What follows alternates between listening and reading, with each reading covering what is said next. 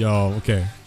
Let's turn off Then the your music. stream would realize where all your money goes. I'm gonna talk to Scott for a bit. Whatever, Right, dude. have fun.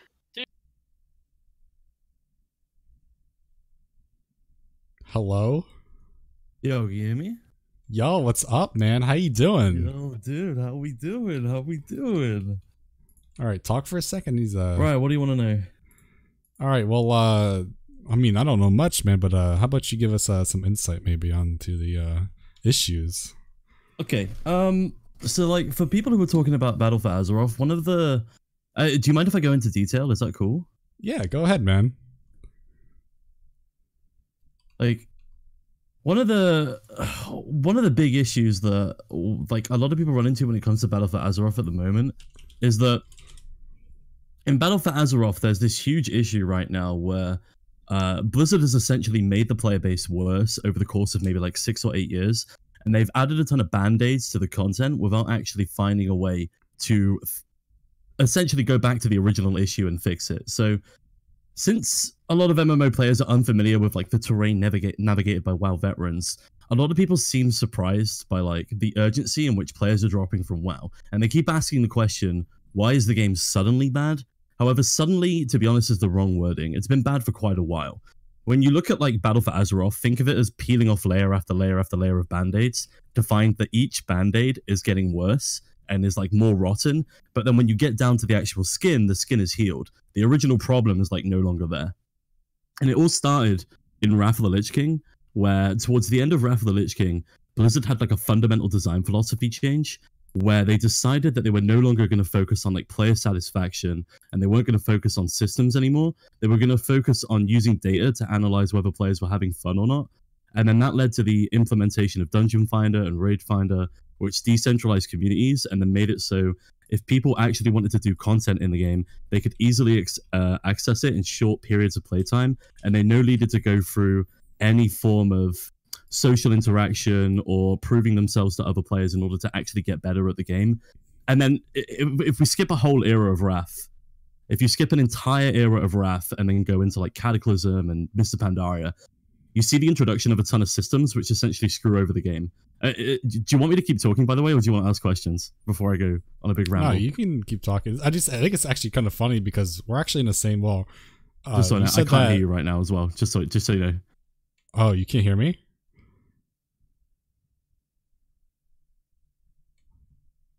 No, I can't hear you right now, maybe. Oh. Wait, like, is it my mic? Okay, now I can hear you. Now I can hear you. Whatever you just did, I can hear you now. Okay, you can hear me now. Yeah. Do you want to ask questions? Do you want me to keep going? I think it's just kind of funny that you say that because you said that, you know, the WoW was kind of like,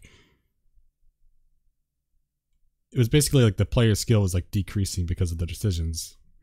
Like it was slowly like decreasing. The player base is like it was kind of decreasing, right? Yeah. The decisions they were making. It's kind of like what's happening in Final Fantasy right now. I mean, obviously Shadowbringers will more or less tell that, but you know, Square Enix has recently gotten rid of enrages in most normal mode fights, right? So you don't need to actually do your rotation properly or like do anything to clear a fight. You know, obviously the optimization of jobs have gotten a little less complex.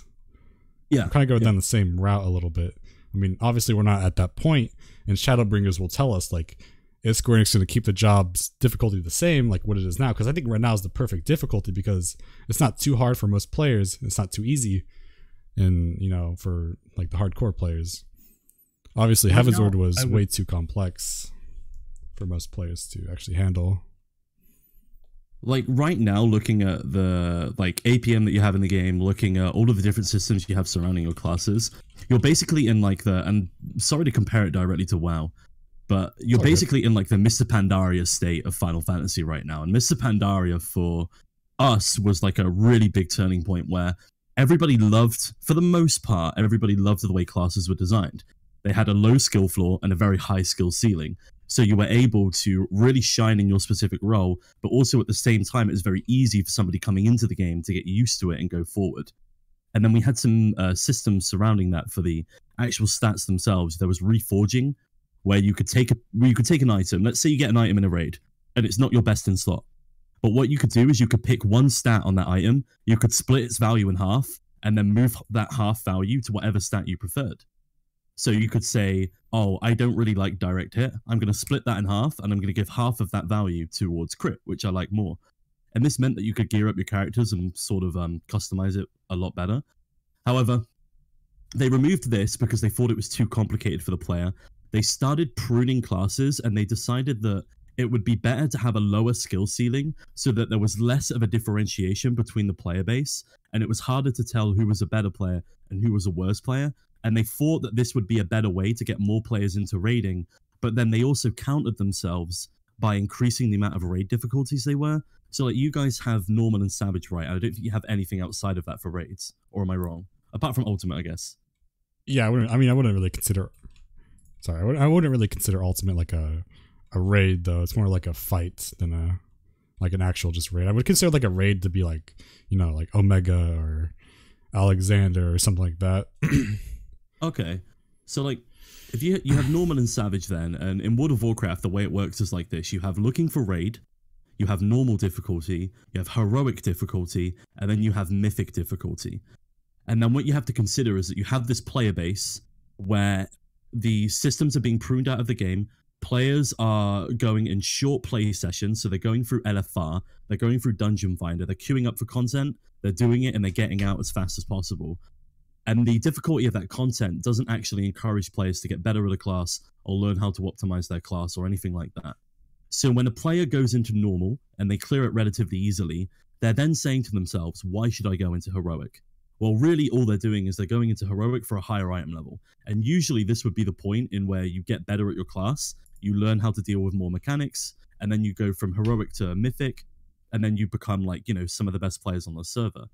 But the issue then becomes, if mythic players want to recruit new raiders, they have to wait for people that have done heroic. And then the heroic raiders have to wait for people who've done normal. And then the normal raiders have to essentially train people to be good at the game because they've gone through LFR and Dungeon Finder the entire time, where there's no difficulty whatsoever. And what I would be concerned about for future expansions in World of Warcraft is, from BFA onwards, there's nothing else that they can really do to encourage there to be a differentiation in skill between the players and the content that they're doing, because right now Blizzard is directly funneling players into raids or Mythic Plus, and all of those have scaling difficulty systems where the only actual modifier of whether it's hard content or easy content is your current character's item level. And naturally, you would think to yourself, Momo, as like as like one of the best players in the game right now in Final Fantasy, you would be saying to yourself, well, I should get better, right, and learn how to optimize better. But what Blizzard has done instead is they've introduced RNG mechanics like Thunder Forging and Titan Forging and Warforging, where you can refarm old content, get an RNG item level increase, and then essentially like burst your way through mechanics that you previously weren't able to deal with. So naturally, as people just keep refarming content, they get more RNG upgrades, they're not actually learning mechanics, they're bursting through them, and they're getting worse at the game. And because of that, you start to find so many Mythic communities, like guilds are dropping like flies because they can't find good players to do the higher end content, and everybody's waiting until the end of a patch just to smash through it with item level. And that's sort of like a very fast summary of like the issue with the raid scene, but there's so many different layers underneath that I can talk about like class design or anything, but pruning is a huge issue. Yeah, that sounds yikes. It's really yikes, right? It's really, really yikes. I don't. So, like, what were they thinking with that RNG stuff? That's so. And it's, you know, as I was saying earlier, I was giving like the Band-Aid analogy, where I was like, it's like adding a Band-Aid to a Band-Aid to a Band-Aid to a Band-Aid, right? Right. Like the problem is that over the last 8 years or 9 years or so, when you add a Band-Aid onto a system, the idea is you're going to remove that Band-Aid when you've figured out what the problem of the system is. But instead of doing that, Blizzard just leaves the Band-Aid on. So you end up getting all of these systems introduced into the game that are supposed to fix problems that no longer exist. And because they haven't taken those systems away, those systems then become problems when they introduce new systems. And it's like a never-ending cycle of bloat that gets to a point where all the content is being pruned out of the game because the things that are now causing problems were supposed to fix problems that are no longer there. It seems very, very disconnected. And And the reason for the RNG item level, for anybody who's not aware in chat right now, for any of you who have not played WoW and you're like, why did they do that? Why would they add random item level upgrades? It's basically because players used to get stuck on bosses. They would get hard stuck on a boss, and the only possible way you could get better gear was getting past that boss.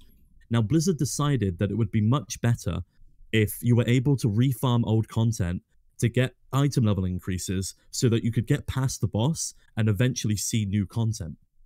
Because they believed it was bad if a player got stuck on a boss. They genuinely think that's a bad idea. Now, a lot of you guys who have done Savage Prog, who have done Ultimate, or even if you've done like extreme stuff, and you've gotten stuck on something and you've really pushed through, you've had to refine your tactics, you've had to think of new compositions. Blizzard believes that's a bad idea if you don't get to see the rest of the content. If you get stuck on the first boss in Alexander and you don't get to see the rest of the content, Blizzard thinks that's wrong because you're paying a sub and they believe you have to see everything. And they believe you should have a chance to go through everything. So even if you're farming it on a higher difficulty, you can still outgear it. Like Mythic, for example, you can still, in Heroic, and this is a real thing, chat, for anyone who doesn't play WoW. If you're farming Mythic content, you can actually get better upgrades farming Heroic content than farming Mythic, because Mythic is more of a time investment. So it's more beneficial to farm Heroic content, wait for RNG upgrades, and then go into Mythic content and try push through the Mythic content with vastly inflated damage numbers. And for those of you who are unaware, they also added a second RNG system on top of this, where every single week you can buy a coin that will re-roll your roll. So let's say you kill a boss and you don't get the item you want, you can re-roll for the chance of getting another item. And that essentially adds on the incentive to refarm old content. And to make it even worse, I'm sorry, Momo, to make it even worse, what they end up doing is they've now added tertiary stats, and you know gemming that you have on your armor in this game. So gemming now is an RNG upgrade. You have, think about it like this, chat. Let's say I want to get my best in slot piece of armor. This is the worst possible thing you can imagine. I want to get my best in slot weapon. First of all, in order to get my best in slot weapon, I need to get it on Mythic, because Mythic is the highest content. Then I need that Mythic weapon to Titan Forge to the highest possible item level, to the cap. Once I've done that, I then need it to roll a tertiary stat, which can be Leech, Avoidance, or something else. And then once I've done that, I then need it to RNG for a third time, a gem slot, so that I can add a gem into the item. So in order to get the best possible item, I have to get 3 separate RNG upgrades, and then also the first RNG upgrade, which is the item level upgrade, doesn't always go to max. It could be 5 item levels under the cap, or it could be 10 item levels under the cap. It will never be best in slot unless you get all of those upgrades. And if any of you are MMO players, you know how satisfying it is to get BIS. Imagine playing a game where you can't get best in slot. How does that sound, Momo? It sounds pretty, I mean, it sounds pretty bad, honestly. Yeah. That sounds like something I mean, you know, I probably, like, I mean, obviously I'd have a problem with it, but, you know, it wouldn't really be too much of an issue for me personally, because, you know, I just have so much time. But for people that have, like, no time, really, to really do that, I feel like they'd fall behind very quickly. So one of the, I think, I can probably, you and me could probably relate on this moment, because we've both done, like, and I'm sure some people in chat have, like, progging for world content, right? So imagine you're progging for world content and you're playing like 3 or 4 different jobs. So like, I'm just going to say classes because I'm in WoW mode, right? Let's say you're playing 3 or 4 different classes. Imagine have to go through that gearing system for 4 different classes to try and have like a good chance at world prog. It's absolutely insane. And that's not just for world prog now. That's for anyone doing Mythic content. Like they have to farm multiple ults to try push through Mythic content. And as you can imagine, people don't want to raid because of that. Raiding has dropped off the entire map because of it. And someone just mentioned in chat split raiding. I don't know if you do this in Final Fantasy, but you create ults that you're never going to play. And you go, let's say you're in a 20-man raid. You'll put 10 mains into a raid and 10 ults into a raid. All of the gear that you get on your ults, you trade it to the mains to funnel them gear. And then you do that again. So you do 2 raids in one night.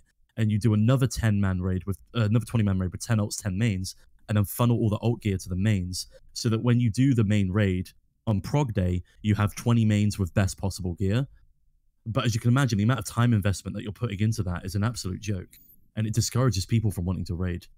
It's actually something you do in Final Fantasy 14 too, where you split raid just to get more drops. You do 4 and 4, 4 alts, 4 mains, and you do it again. Yeah. So is that a recent thing, or did that start at like 2.0? No, it's been a thing since 2.0, I think. Yeah, but now, like, because like as Clee says, everything dies pretty much week 1. You only do that when you like sell content. Oh, that happens now in WoW as well. Like Mythic raids, for the most part, will be cleared within the first week now, because of how much people split raid and whatnot, and how much time everybody has with, you know, like the rise of streamers and whatnot. It's not like the old days where people weren't streaming; they could only raid during set hours, etc., etc. But one of the other things to mention, I guess, is they took away player agency. So you know in Final Fantasy, when you kill a boss, there's a chest or something where there's a loot in it, and everybody can roll for the loot. They actually removed that from WoW. Oh, so yeah, they had like a personal loot thing, right? Yeah. So when you kill a boss, you have a percentage chance to get loot, and only like 4 people have a chance to get loot. So out of your 20-man raid, only 4 of you are going to get loot for the most part, and it's a percentage chance that, you know, some of you are going to get loot. It's not determined either by like performance or anything like that. The item is entirely random. And then also at the same time, this is something you might not know about, is they've also made it so that you can no longer trade item level upgrades with other players. So if I get an item, let's say you and me are both mages, right? And we both want the same trinket. Right. If I get an item that's item level 800, and my current trinket is item level 790, I can't trade it to you, because it's immediately soulbound to me, because it's technically an upgrade. So you can't even trade items between players anymore. Yeah, that seems like that's probably more impactful for you guys, like, because like it's always been like that in Final Fantasy 14. It seems kind of like normal to me, but you can't trade like raid loot between people, because that's how it's always been in Final Fantasy 14. Like you weren't able to trade at all. I think it's interesting. After doing a little bit of like slightly, you know, not like current content or like slightly harder content yesterday, I thought it was really, really interesting that with the reduced like size in the amount of players doing the content, the way the loot works with personal loot actually kind of works for this game pretty well. However, when you're adding those extra 12 people into the environment, or potentially even like 20 extra people if you're doing flex raiding, it just becomes this complete cycle of dissatisfaction that repeats itself over and over again. And one of the things that I discussed with a friend a long time ago is when they added all of these RNG item level upgrades, they actually reduced the fun of getting an item. They completely eliminated the satisfaction of getting an item. Because if you think about, like, I don't know what's an item at the moment. Is an Omega weapon, is that an item? Or something like Omega weapons? It's the best in slot. Well, not best in slot because of Eureka, but it used to be the best in slot raid weapon, yeah. Okay. Imagine this, like, I've used this for like Molten Core, because a lot of WoW players are old WoW players that have left the game. Imagine you get the Omega, like the Omega Black Mage weapon, right? It drops, it doesn't Titan Forge, it doesn't roll a tertiary stat, and it doesn't gem itself. You now have the worst possible version of the Omega weapon. Because you didn't get an RNG upgrade, you actually actively dislike the fact that you just got a weapon. That's what I mean by they've created a dissatisfaction in getting loot. It should be really rewarding to go into Molten Core in Vanilla WoW and kill Ragnaros and get Perdition's Blade. You get Perdition's Blade as a rogue and you're going, hell yes, dude. I almost swore. Hell yes, dude. This is gonna be hella good. I can't wait to do huge damage with this. And then all the rogues in your group are clapping you. They're all like, oh my god, man, that's so sick. I can't wait to get my Perdition's Blade. But let's think of that in 2019 WoW. Jimmy gets Perdition's Blade and nothing rolls on it whatsoever. And fucking Bob is sat in the back with his capped out blade, secondary stat on it as well, gems, and he's there going, yeah, grats, man. Oh, that's a good Perdition's Blade. You're gonna do really good with that one.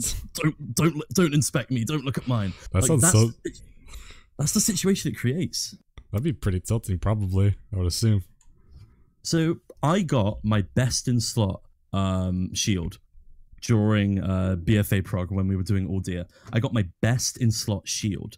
It didn't roll anything, and I actively exited the game, and I was so tilted I didn't talk to anyone for the rest of the night. Because I got my best in slot shield, but it didn't roll anything, so I hated it. Like, that's the mindset it creates in you. It's insane. Yeah, I got a few questions. Because you like have like a fresh mind in the game, you know, you're not like you haven't been playing the game that long. So you've been doing like the EX primal fights, right? Like, you know, you did Ramu. I killed Ravana as well, yeah. Ravana, you did Titan for the most part. Yeah, we got multiple pulls past 10%. That was actually easier than Ramu. You think Titan was easier than Ramu? I think it is too. Coordination wise, Titans pretty much do your own thing. There's not really much, you know, stack here with the group, do this with the group. Where everything like Ramu is probably pretty much that. The reason I think Titan was easier for me is because like Titan is a fight that is based on the individual players and not the coordination of multiple players. Right. Yeah. Whereas Ramu, if I'm pugging it with the stream, they need to talk to each other. Whereas if you're in a static, Ramu could probably be much easier because you already have that synergy and that composition. Whereas in Titan, I just need to know how to DDR. Whereas in a static, maybe like you're bringing some players, even though they're not the best, just because you're all really good friends, if that makes sense. I don't know how else to explain that, but Titan just felt easier because it was more individually focused, I feel like. I think Titan, honestly, I think Titan... I'm sorry, I cut you off. What was your question? Titan itself is pretty, it's not too bad anymore, but back in the day, the netcode from the game used to just be like, it wasn't the best. So dodging those like puddles on the ground, you know, you could see how people would get pissed off at that. Dude, I was getting annoyed at it. They're fucking fast. Yeah, they're fast now, and then, you know, back then where like everybody had like 200 MS, right? It's not. You had to be pretty much perfectly like move at the same time. Yeah, you had to pre-dodge. I'm curious how would you rank these fights, right? What do you think about these fights? Even though like they're not like the hardest in the world, I'm pretty sure you've done harder fights in World of Warcraft. I'm curious what you think of the design of the fight. Even though like, you know, like I said, they're not like the hardest in the world, but you know, you've done you really haven't done any Stormblood. That's what I'm really curious about. Yeah. Well, the main thing is so far, the big conclusion I came to so far, chat, don't get triggered at me. I've not done high-end content. So far, the conclusion that I've come to right now is that World of Warcraft boss designs and Final Fantasy boss designs are not comparable. They're actually very, very different. The way that Square Enix designs the Final Fantasy fights is so different to how Blizzard designs their fights, because Blizzard, for one part, you have arenas, whereas Blizzard doesn't really have arenas. Sometimes you have like large corridors that lead into an arena that fall down into another large corridor, where there's like mini bosses that come during the boss encounter, and then like lots of stuff changes and you're having to switch different classes all the time in order to deal with like different sections of the fight. Whereas so far, it seems like the way that Square Enix designs their boss fights is that they try and create an arena because they know that when they have a singular arena, they can design a lot of classes based around that small environment, and then they can create the boss fight so that it's accessible for every class. Some classes may excel in different areas during that fight. However, every class will be able to do it. In WoW, there are a lot of classes that can't do specific fights. You can maybe teeter your way through it with help from the group, but for the most part, you generally can't do a certain fight on like a certain class. Survival Hunters are a good example, but there's a few fights that they've been absolutely dreadful on. Like, there's no reason to ever take one. Whereas in Final Fantasy, I can imagine them designing it so they would be accessible there. It's actually one of my main issues with the game right now is that I appreciate that they try to make every job pretty much, you know, equal in a sense, but I feel like they have so much opportunity because their game, like the way their game is based, right? You know, you can switch jobs at any point in time. Most of your gear shares gear with another job, like you know, all the healers share gear, all the casters share gear, all the tanks share gear, all the range share gear. The only jobs that don't share gear are the melee, which is really weird, but we're not going to get into that right now. But I feel like they should definitely take advantage of that, you know, design choice of being able to switch on the fly and having equal gear to like another job. Like say like a Scholar was better than Astra in one fight, right? I would go, if I was an Astra, I'd play Scholar for that fight and then switch back. But I feel like everybody's obsessed with this idea of having a main job, but it's like this game isn't meant to be played like that. At least in my opinion. Like if you've never, sorry. No, carry on. I was gonna say, if you never played another job in this game before, like, and like, I give people the same advice, right? If you're playing a job, like you're playing Paladin, I feel like you have an obligation to learn Warrior and Darknet to the same degree, right? Yeah. Like if you're playing Black Mage, right? Like I would say you have an obligation to learn how to play Red Mage and Summoner to at least the same degree you play Black Mage, right? You may not be better at them than your Black Mage, but you should still learn to play them properly. That's the same thing you do in WoW. So if you're the main tank for your guild, you know how to play every tank, and if you're a prog guild and you're the main tank, you generally know how to play every tank. Maybe you're not as good at Death Knight as you are at Paladin, but you know how to play it, and you know that you can switch to it at any occasion should that be the better tank for that fight. Blizzard doesn't like designing fights for specific classes. However, that's mainly because you have to create a new character, right? And people are attached to their characters, not their class. I really, really, really believe that you would have... There's this interesting dynamic with being able to switch roles, being able to switch jobs at any point, where I don't think in higher level content, I think in lower level content, having every fight accessible for every class makes sense, because it's a good way to get people into raiding. But I think at like higher level content, if there are specific fights where it's like, okay, Scholar doesn't work here. It just doesn't work here. We need to take an Astra and a White Mage. I genuinely think that's fine at the higher level, because having a main in a game where you can take advantage of multiple classes seems like you're not capitalizing on a very interesting niche. And a lot of people will think about that differently, but I generally agree with you on that. I think that's a good direction to take higher end fights rather than lower end fights. Right, like Savage, I mean, you could argue, like, I feel like, I mean, they've done it with Ultimate. They've, at least for Uwu, they did that where you basically required a caster. I mean, you could do any caster, but like you had to have a caster or else you could not clear the fight.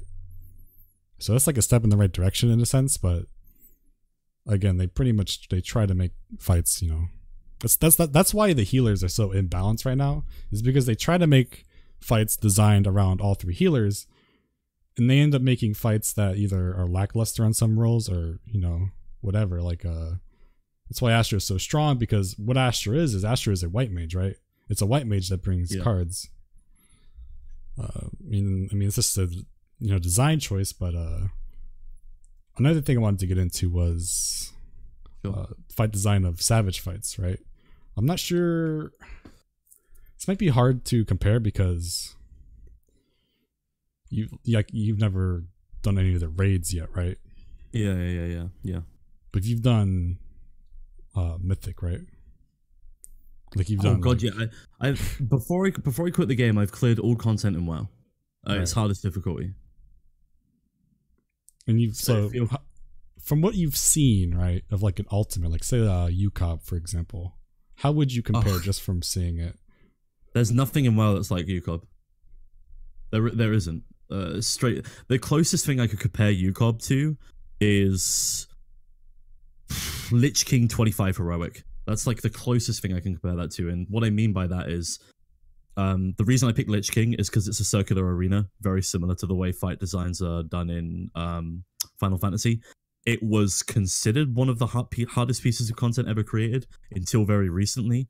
But the game philosophy has changed so much away from Final Fantasy that it's not that comparable. So I'd say UCOB right now is very, very interesting for me personally. It's something that I definitely want to be diving into at some point, because it's a piece of content that I've always wanted to see in World of Warcraft, where the developers are no longer going, this needs to be somewhat accessible for everybody. The developers have outright just gone, nah, screw it. Like, if you suck, you suck. You can't do this. I think that's totally fine. because having those rewards to aspire to and having ways to actively show your ability within the game in more ways than just, hey, look at my transmog, or sorry, hey, look at my glamour, is much, much better than having nothing at all, or just having like a title or anything like that. So if you want to get down to like fight design, is that what you were talking about? Mainly fight design? Yeah, I like fight design. I mean, I've seen some WoW fights, and the arenas are definitely interesting. They're like kind of very, they have like a lot of environmental triggers, I would assume. I guess a lot of environmental triggers. Yeah. So that's actually something that I think Final Fantasy XIV did really fucking awesome on back in Alexander, right? So you had A7S, right? You had an arena that was a small circle like Titan, where there were spikes and there was like it was a square arena, but it was like a square in each, like a small square in each corner and a circle in the middle, right? The circle and the squares in the corner would be safe spots when the boss was on the ground in a sense, and the rest of the arena would be spikes, right? So you had to stay in the small circle or the small square, and then you had to pass like a prey, a debuff, and then be sent into like jails. It was a really fun fight, really good fight, like design wise. And then you have and then like the next raid tier they did Creator, and Creator in a whole, the fight design was probably some of the best fights in the game. If they were tuned higher, you know, they would definitely be the best fights in the game. Like people meme on A9S, but A9S was a very cool fight. Like they had the lava pools, right? You had to drop bombs onto ads to pick them up, then you had to bring them into the lava platforms to get them, you know, exploded so they don't buff the boss. A10, you had little buttons on the ground you had to press that had to interact with the boss. Like there was a button where you had to basically hit and add that spawn so it stopped spinning. Or no, you hit the boss that spawned so it stopped spinning. You had a spike one that you had to use so you didn't get pushed into like the wall with lightning. There's like a lot of cool environmental triggers in that fight too. And the same with A11, right? In A11 in the final phase, you had 3 towers that spawned. You had to basically protect them because the boss would do an AoE called Whirlwind, and Whirlwind would do 15 damage split between the towers. So if there were 3 towers alive, it would do 5 to each tower. If there was 1 tower alive, it would do 15 to 1 tower, and 10 to 2 towers. Or so what's interesting enough, what's really interesting there is you're saying that you want more environmental triggers within fights, right? Oh, 100%. Yeah. I think the fights are really boring now without them. Interestingly enough, as of, I would say, Legion onwards, Blizzard actually slowly started moving away from environmental triggers, and it's caused a little bit of upset in like the raiding scene as well, because now fights are, I saw somebody say in chat, WoW fights are primarily like gear locked. Fights never really used to be gear locked for the vast majority of World of Warcraft. Fights were locked behind player stupidity is the easiest way to phrase it. And then there was like a little bit of gear that could factor into that, because you can clear fights with the bare minimum amount of gear. It's very easy to do. But one of the things that was limiting players was all of the environmental aspects of the fights that could happen. A great example is on Lich King, which I'll always reference as being like an incredibly well-designed fight, is that there were platforms towards the edge of the arena in which you're fighting the Lich King on, and then there would be a Valkyrie, which is like you know what a Valkyrie is, would actively come down, grab a player and start slowly bringing them towards the edge. And then you have to like DPS the ad down to make sure that the person doesn't get thrown off the edge of the arena. And that's all going on while there's a disease being spread amongst the players. And then the players have to actively manage that disease because it's just continuously spreading all of the time. And then there's like other things going on. And one of the issues that Blizzard found with this was that the environmental aspects to each fight were causing players to not be able to do the fight. Whereas they were vastly overgearing fights, they were dying to mechanics. So Blizzard started straying away as of Legion from environmental factors and then just vastly increasing the HP on bosses, which led to a natural increase in having to have a better item level to do content. It's funny you say that, because there's actually a fight just like that where it's the A3S, and it was actually the fight that probably killed the raiding scene, I would say. A3S and A4S. Yeah, it was so difficult that a lot of casual like static groups broke up and only like, you know, a select few. Like I think there was like 1,000-ish players overall in each role. So about like probably 10,000 players probably cleared it overall. And there was actually a fight just like that where he spawned a hand and the hand would grab a healer and would slowly take them to the edge, and you had to rotate your stuns to stun the hand so that, you know, you had a, you know, say Paladin stun, Paladin had the longest stun, and then you would use like a 3-second stun, and then you would use a 1-second stun, because each time you stun, the boss gets an immunity to where, like, you know, the first stun is full value no matter what. The second stun is always 3 seconds because it's always like halved or whatever. And then the last stun is always 1 second. And then after that, you can't stun anymore. So you had to rotate your longest stuns to make sure like you had the most time to kill it. And then like right after, was it before or right? I don't remember too much. It was either right before or right after. There was Digititis, which was exactly the passing debuffs. So it's pretty funny that you say that, because it's like, I wonder if they got that from there. What's really, really interesting is as I'm going through doing like the normal versions, obviously, like the MSQ versions of a lot of fights, I've genuinely actually gone back and I've looked at like a WoW fight, and I've looked at when it's been implemented, and then I've gone to look at a Final Fantasy fight, and I've gone to look at when that one's implemented, and I've actively been like, wow, I wonder if they stole that. There are so many overlaps in very specific like aesthetic choices. But in terms of mechanics and fight design, because you asked about UCOB, when I've watched your video of UCOB, and I've watched Violent Destruction's video of UCOB as well, because he recently cleared it. And when I was going through those fights and I was having a look at them and I was looking at all the different mechanics that were going on, one of the really, really cool ones that I saw that I've never seen in WoW, which is utilizing knockbacks as a form of like success for a mechanic, where you deliberately get hit by one mechanic to be knocked back into something that you need to soak, and the positioning is extremely important, right? That doesn't happen in WoW ever. I've never seen that before. And there's a couple of other mechanics that go on through UCOB that you just don't see in World of Warcraft, because World of Warcraft maintains this cycle of they take 5, like I would say like 5 specific mechanics, and then they just throw an aesthetic on top of it that's different from a previous fight, and then maybe they change one tiny thing about it, and that's how they create their encounters. So as long as you know what the core of each, like those 5 mechanics are, you can do every fight in the game never having seen it, because you know all of those aspects of a fight are going to be implemented. Whereas in Final Fantasy, they seem much more experimental. Like way more experimental, and you have a lot more overlap in this game than we do in WoW. Like the overlapping of mechanics is really, really big, and the overlapping in mechanics in WoW doesn't really happen. It's more of like mechanic happens and then maybe a mechanic happens straight away after that, but it's very, very rare that you'll have 2 mechanics overlapping at the same time. And that's where I think the difficulty of Final Fantasy is vastly... I don't want to say this because I still think that the fights are hard to compare, but I think the difficulty of Final Fantasy mechanics for like the average WoW raider are way, way harder than something they will ever do, because they don't have to deal with overlapping mechanics. So there's not as much coordination required. So the games are pretty much the same in that aspect though, because Final Fantasy Savage fights are, there's no real, it just kind of repeats, right? Back in the day, you know, you could argue that, you know, they didn't really repeat a mechanic.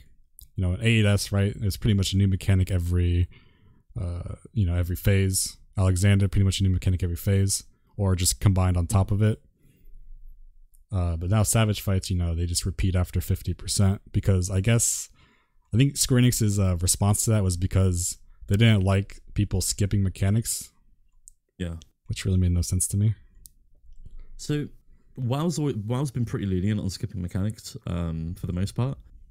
It's only very, very recently that they've started adding punishing for it. We have something on rogues called Cloak of Shadows, which grants you complete immunity to like any magic ability, essentially.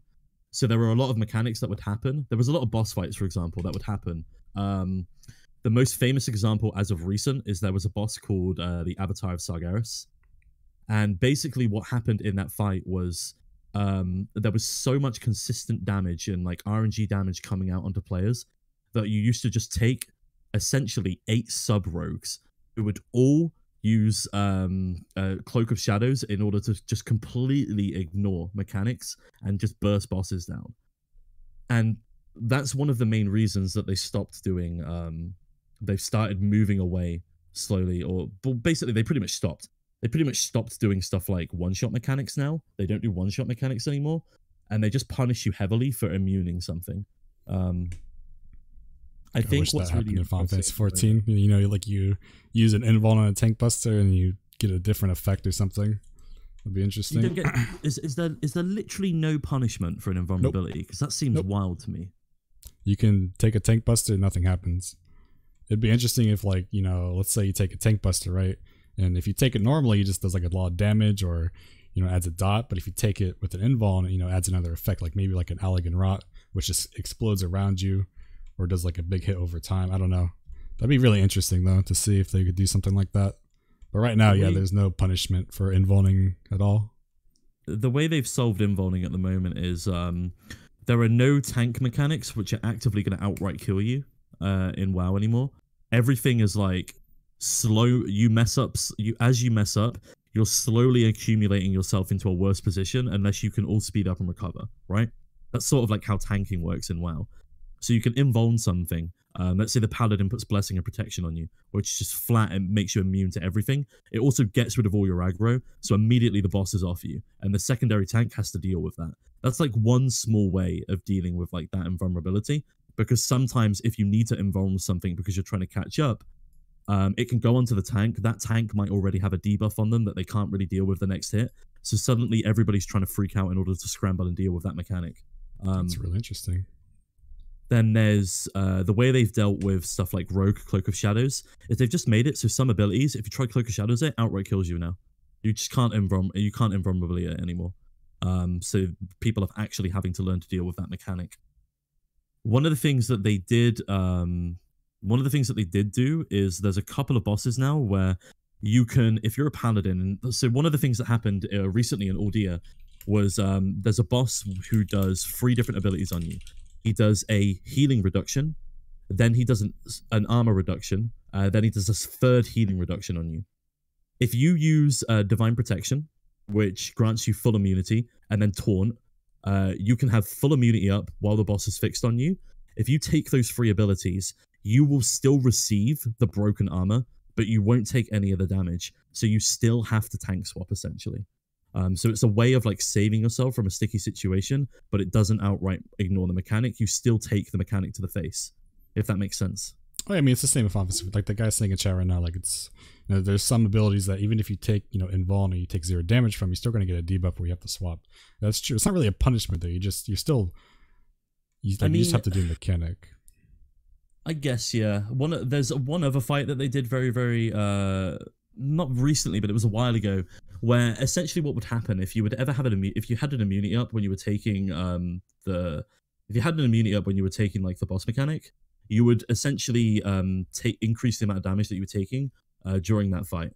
So if you had an invulnerability up, you would take more damage over the course of the fight than you would if you didn't have the invulnerability up, because it just places a permanent debuff on you that increases the amount of damage you're taking. So suddenly there are some abilities where you have to like tank swap sooner because you decided to invulnerability something earlier on to potentially save yourself. And that's like a punishment for doing that. So that could be like a cool idea to play around with, but Blizzard hasn't really done that one since, because it's just the way their game works.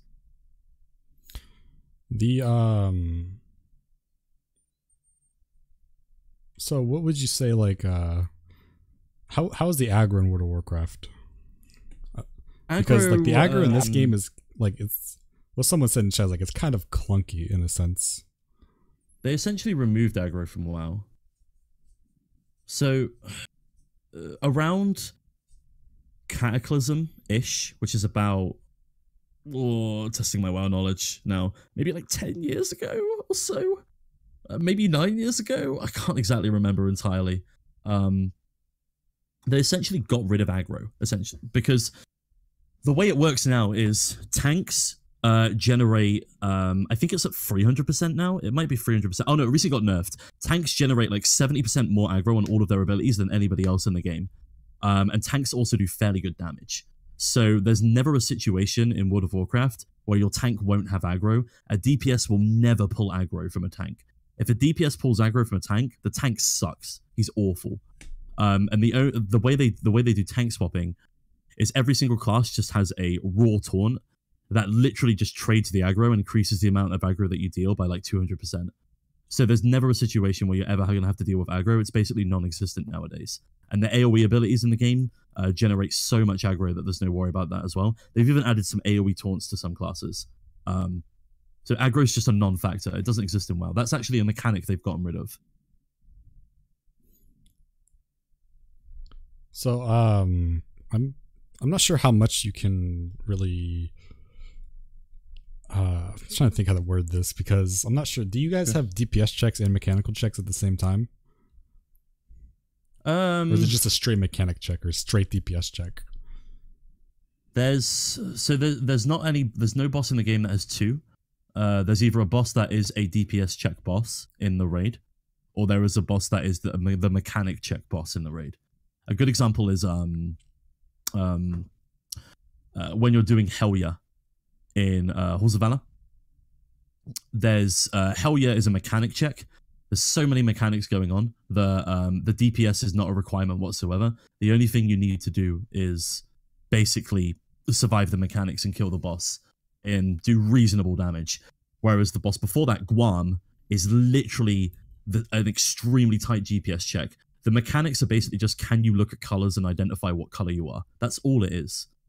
But the rest of the entire fight is just, can you squeeze out the most possible damage to kill the boss? And they never have the two of them combined. So yes, really we do have both, but they're separate. It's really interesting because, like going back to A3S, there used to be a fight where, you know, at minimum eye level or like low eye level, you pretty much had to do your rotation perfectly, and you had to do the mechanics perfectly to survive and meet the enrage. You know, there were some fights like that before, like, you know, AS at minimum eye level was pretty brutal on the DPS check and the healing check. But you know, they've slowly gone away from that. You know, creator, no DPS check really. So even the ultimates don't even, like, people say, you know, Golden Bahamut and Ultimate Phase are DPS checks. They're not DPS checks. They're just survive checks. And I'm pretty against that. I'm pretty vocal with this opinion too, that if you can't do your DPS rotation and you cannot do mechanics at the same time, I personally believe that you should not be able to clear ultimate, because I feel like just go, because there's a lot of like moments in, you know, UCOB where you'll see someone stop doing their rotation and they'll fuck up, and then you'll just do the mechanics properly. I feel like that shouldn't be a thing, especially in an ultimate check or an ultimate DPS check. The closest thing I can relate to is Killjade and Mythic in Legion. If there's any WoW players in chat right now, anybody who knows anything about Killjade and Mythic knows that it was basically, some people theorized it was mathematically impossible. I mean, it was one of the only fights they've done in a very, very long time where you had, this is probably the only exception to what I've just said, where there's a DPS check and a mechanic check. You had to quite literally be perfect at everything in order to kill that boss. And it was so damn hard. It was so unbelievably hard that the vast majority of the community just didn't do the fight. Like, a lot of people killed it once and never did it ever again. And some people just refused to outright try the fight. And because of that, Blizzard looked at the way they designed that fight and decided that they would never do that ever again. And since then, they've never done it. And I feel like that's just the consequence of being... This is going to sound really egotistical, and I'm sorry, but this is going to be that's the consequence of being like a high-end raider and good at MMORPGs. If you're able to perfectly DPS and perfectly do mechanics, that's like a rarity, because a lot of people play MMORPGs for, like, you know, like the social aspect and things like that, and then they go into raiding, they maybe do a bit of hard content, but they never really like try and perfect their gameplay and optimize it to the absolute potential that it can be. So if you're looking for content like that, I feel like most companies now at the moment will just like stray away from it, which is 100%. Why I was really shocked to see ultimate difficulty in your game. Although I originally thought, when I saw that for the first time, I was like, God, this must be such a huge check on like healing, DPS, everything. And then when you showed me that video where you went through and you were like, just DPS here, throw an OGCD here, that's fine. And then, you know, just go through the fight, optimize it, and then there's not really any worry, just do the mechanics and you'll live. That was kind of not a surprise, because after seeing like the reaction to Killjade and Mythic, I don't think I would ever see. I would be really surprised to see a company go that direction ever again. I think it actively like discourages people from raiding. I'd love to see it for like my personal own gain. I had fun with Killjade, but I don't think the vast majority of players do. I think it's a consequence of always wanting something more in an MMO, and the consequence of that is you're probably not going to get it because you're like at the absolute peak, and 99% of the player base isn't. If that makes sense, I don't know if that's right. Oh, I mean, I'm not. No, I mean, I agree with that. Like, I'm not saying like you should be able, like, you get to play perfectly. Obviously, you know, even in, you know, like even in like no one makes a mistake. Like, no one plays perfectly, right? There's no one in the game that's like played perfectly for like a whole fight. Someone's made at least one mistake, unless it's like a super short fight, like 2 minutes, 3 minutes long. But like generally, like an 8 minute, 9 minute like fight, they're gonna make at least one mistake. In a 17-minute fight, you know, they're obviously gonna make one mistake. I think the difference is the mistake needs to be recoverable to some small extent.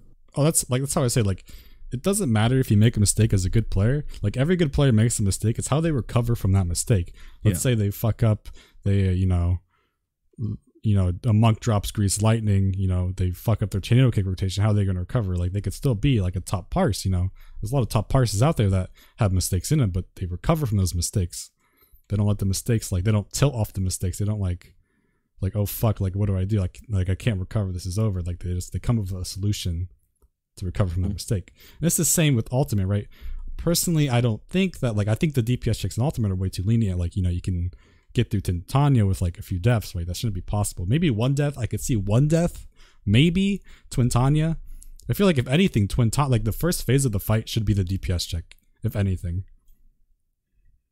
I mean, it is, sometimes I think like, I don't know, there's been some, like, because of the way WoW fights are designed, there's never like a multi-phase power where it's like, okay, this is the mechanic check, now we're in the DPS check part of the fight, now we're in the healer check part of the fight. Like, that doesn't really happen in WoW that often. It's usually just they'll design the boss around one of those specific things. Right. In terms of Killjade, when it's like mechanic and DPS, I think generally what scared a lot of players with that fight was they started with, basically that fight builds up, right? It layers on top of each other and it keeps layering and layering and layering, whilst the entire time it's a huge DPS check and you're getting mechanics thrown at you left, right, and center. If you're interested in it, I would search like Killjade and Mythic and just have a look at it. It looks like a UCOB fight, basically. Sorry, I'm just gonna respond to me in chat. The golden DPS check is over exaggerated, and I'm confident in saying that because when you watch people do golden, they're playing safe as fuck, right? They're not trying to optimize their rotation. They're doing it at the bare minimum. You know, you'll see like a healer doing like 1,000, 2,000 DPS. That's unacceptable in that fight. Golden is not healing intensive. There's no healing in Golden at all, aside from Morn and Fazak Morns, right? It's like the reason people struggle with deaths in Golden is because people aren't playing greedy in Golden, right? They're playing safe. They're not trying to optimize. They're just trying to get through. And that ultimately is it's a curse, right? Because it makes it look harder than what it is. Like you've had Timmy, Timmy's a good example, right? Back in 4.0 or 4.1, you know, this was before grade 3 pots, grade 2 pots. This is before 345 gear. Timmy, sorry, Timmy. Sorry, Timmy. They died in Golden. They died on the first Exa flare and they still cleared, right? This was back with no gear, right? No pots. And they had a white mage and scholar comp, right? I think they had a white mage and scholar comp. Like it was a meta comp aside from the white mage. And they still did it, right? Timmy, I'm sorry, Timmy. And it's because everybody in that group played perfectly, and I'm not expecting people to play perfectly, especially like in a fight like that. It's like it's very nerve-wracking Golden, but excusing like nerves for the DPS check of the fight isn't an excuse, right? Like it's the DPS check in Golden is not hard as long as you actively, like, you know, semi-optimize. You don't even have to go full out optimize. Like, you know, my group still goes to the wall, right? We don't stay in the middle, and DPS check is pretty, like, you only lose like 1 GCD if even per exaflare going to the wall. And it's like, no, you're just not doing your rotation properly. Like you see there was a few. There was a Dragoon I was watching. I'm not gonna say his name, obviously, but he didn't use blood for blood the entire phase. He was like he was scared of using it. Like, no, you don't have to be scared of using it. It's not the ability that heals you. It's the ability that you take 15% more damage and you deal damage back. And oh, okay, yeah. There was a Dragoon I was watching that did that, and it's a prime example because he's not the only one that does that. I'm sure there are multiple Dragoons that they'll hold their blood for extended amounts of time and they'll lose the usage, or they just won't use it in general. And it's the same, right? You have healers that don't heal or don't DPS, right? Doing 1,000, 2,000 DPS in that phase is unacceptable, right? You should at least be doing 4,000, 3,000 at the maybe in golden phase, right? There's no, like, if you're not doing 3,000, the 4,000 DPS is a healer in golden, you're not doing it right. And so it's definitely an over-exaggerated DPS check. Like, you don't even have to optimize that much. Like, back in, I think in my first clear as a scholar map, I did like half of my GCDs were ruined 2s and I still did 3,000 DPS. Like, it's just pressing buttons. But that goes to like another whole conversation. It's like you pretty much like you have no knowledge about, and this is like a Scottzone interview. Do you have any like interesting observations that you have for like the game itself? Right. Like fight design, of course. Like, I have a quick order in my head. To answer your original question real quick, I think DPS checks first are better because mechanics first generally scare a lot of players and then make them not want to try fights, as Avatar and Sargeras did. I think generally like a DPS check first is better. So then they know they're fine with like their rotation and everything, and then as long as they're incorporating the mechanics slowly into that fight, they should be able to deal with it, right? Right. Also, Yuri Fox said, I wonder what it would be like if they were to implement like a fight where you had to be perfect into this game, and then they said, would it kill the raiding community? And the easiest answer I can give to like that from like my perspective is if it's anything like Avatar or Sargeras, the people will actually quit the game and they won't play again. I think it depends on the fight though. If it was an ultimate fight, maybe not. Like maybe not. Right, yeah. Like it's still in defense of like maybe so. If it was a savage fight, fuck yeah, people would quit 100%. Like, that's what happened to Gordius.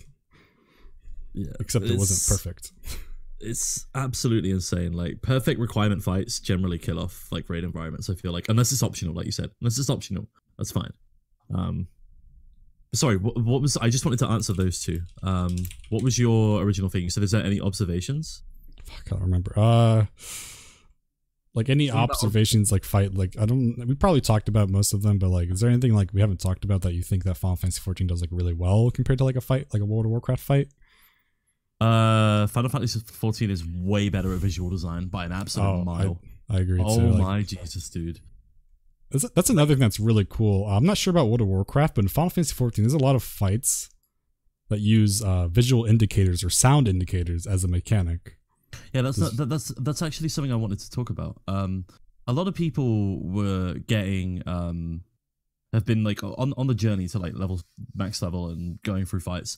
A lot of people got really annoyed at me because I wasn't reading what the boss was saying or like reading the names of an ability.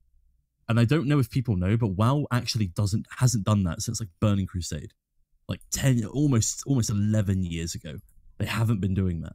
So that's actually a skill that I've lost entirely, and I'm having to relearn by playing this game. Is actually reading the name of an ability.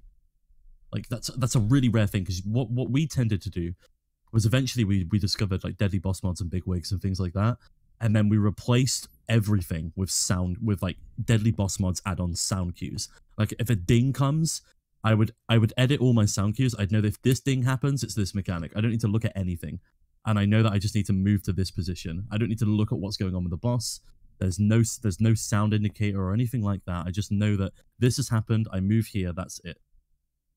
So actually, like reading abilities, listening for sound cues, and then the biggest one out of everything so far. The biggest one out of everything so far has actually been looking at the boss's animation and understanding if it's its left arm or its right arm.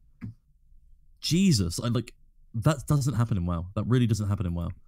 I don't know if that's because the models can't do that, Like if somebody's raising their right arm, you know it's going to be a cleave to like certain side, or if they're raising their left arm, it's going to be a cleave to another side. That's not a thing. I've never seen that before, so that's something I'm having to learn again. That's what I really like about, like, that's one of the things I like about O12S is they have a mechanic like that where it'll do like floating orbs in front of the boss and behind the boss, and it'll do to the sides, and then you know where to stand, right? There's a lot of fights like that in this game where they use like visual indicators. There may not be a cast time for it, or there may not be like an action name for it, but the boss will like have you done the area, right? Oh yeah, you have. There was an ad in there, like a mob in there that raised its tail, right? There was no cast time. Yeah. There was no AoE. There was no name for it, right? It just raised its tail, and like most people are gonna be like gonna get fucking hit by that. I don't know if you got hit by it because you're a caster. Yeah, I got hit. Hit by it. It's the same with like it does like a deep breath and then spits a fireball in the front of it too. I thought that was really cool, and I hope they bring that into like Raid one day. They did that for Nidhogg. I don't know if you remember. It was the same ad in there. I know you did Nidhogg EX, right? So the Nidhogg is hard for me to call because I got shirked during that fight, and then because we're doing it on minimum item level, I got cleave. They misunderstood the fight because we were doing it on minimum item level. We stacked all the ads together, and then like I think the tank moved in a direction, and we all got cleaved by like one big dragon breath, and it killed all of us. And then from that point onwards, I just stood like well away. So I don't think I got hit by that mechanic. Yeah, that ad I was talking about is in there too. It does the same thing, except the fireball targets the furthest person, but there's still no like cast time or anything for it. So it's really interesting. I hope they. One of the things that I've noticed is Final Fantasy builds. So you know how I was talking about WoW, and WoW actively encourages you to be a bad player because of like the content is not difficult whatsoever. There's lots of ways that you can skip stuff. It encourages like short play sessions. One of the things that I noticed about Final Fantasy is it actively makes you a better player as you're playing the game. I have a vivid memory of one boss. Final Fantasy players in chat can help me out because I don't remember its name, but it's like a chimera in like a low 30s dungeon or something, and it does like it roars and then it makes another sound as well, but you don't see it anywhere. The only place that you see that is in chat, where it's like something begins to roar or something happens. That taught me a really painful lesson of reading chat. Jesus. And it wasn't until I actually learned that I started slowly paying more attention. And as you go throughout the dungeon, the Aurum Vale where you have to eat the fruit, for example, that one I sort of picked up immediately because I saw there was fruit in the fight. And naturally, because I played MMOs, I was like, oh, okay, I'm getting a stacking debuff. I'm assuming this fruit is going to clear it, right? And then went and cleared it on like 2 stacks, I think it was. But something like that doesn't really happen in WoW, and like many boss fights having like an active element. Usually what they'll do if they're going to have an active element in a fight is they'll just give you an extra action button, and then the extra action button will be like a clear. So all the player really has to do is know their rotation and know their keybind for their extra action button. They won't have to actively look around the fight and search for an item that they then have to factor in. Can I get this cast off and then go grab it? Do I need to go grab it now? What's my uptime going to be like? They don't have to consider that anymore. They'll just add an extra action button in to deal with that. And it becomes the same fight with one extra button. I don't like that. I really don't like that. That's what Final Fantasy 14 did too. There's really no, like, as I said before, like the whole Omega series, the fight design is fine, right? The arena design could be more desired. Like we could have more environmental triggers. A6S was good, right? I thought A6S, the arena was really good. Having to paint, I wish painting was more like, complex, but it was like, it's the same pattern every time. There's not so much you can do with that. O5S was good. With it's so hard to explain to you, but O5S had like environmental like boxes in the arena. Like I don't want to spoil it for you, so I'm not gonna bring it up. But that's fine. Don't worry about it. Like most of the Omega Savage fights don't really have environmental triggers, right? And if they do, they're duty actions, which is basically the extra action I think you were talking about. Yeah. So I guess basically what I mean by that is there's when you zone into the fight, there is an extra button that appears on your screen, and it'll be like, press this ability to do this, and it's something that you have to do in order to win the fight, essentially. I guess duty action is the right word because we use different terminology. Right. I guess the example I can give is I had one on Sophia where you have to hit something just as the thing comes in. Is it Sophia? Oh, no, exactly. That's what it is. Yeah, you're talking about you're talking about Lakshmi. Oh, I'm talking about Lakshmi. Yeah. There we go. Yeah, that's the duty action I'm talking about. Yeah, that's what I'm talking about. That is actively a thing that they introduce into WoW in order to deal with not having to have more environmental things to look at. And that's something I dislike about what they've done with WoW development, because any fight they've had where you actively have to think about when can I go and grab this thing or when can I go and do this thing in the fight is way more interesting than just, oh, okay, I'm on 2 stacks, bang, I'm going to hit this button, I'm fine, Exactly. let's do my rotation. I agree too, yeah. I don't like the duty action. I think it takes a lot of the fun away from like environmental like fights. Like imagine doing you probably don't know, but people in chat, like imagine doing let's see, what's an example we could do? Imagine doing A10, right? Instead of like having to hit the spike button, you just pop the button and you were good. That's it, all you had to do. Nothing else. So dumb. Right, yeah, you just press one button. It was like an off GCD. You just weave it, you're good.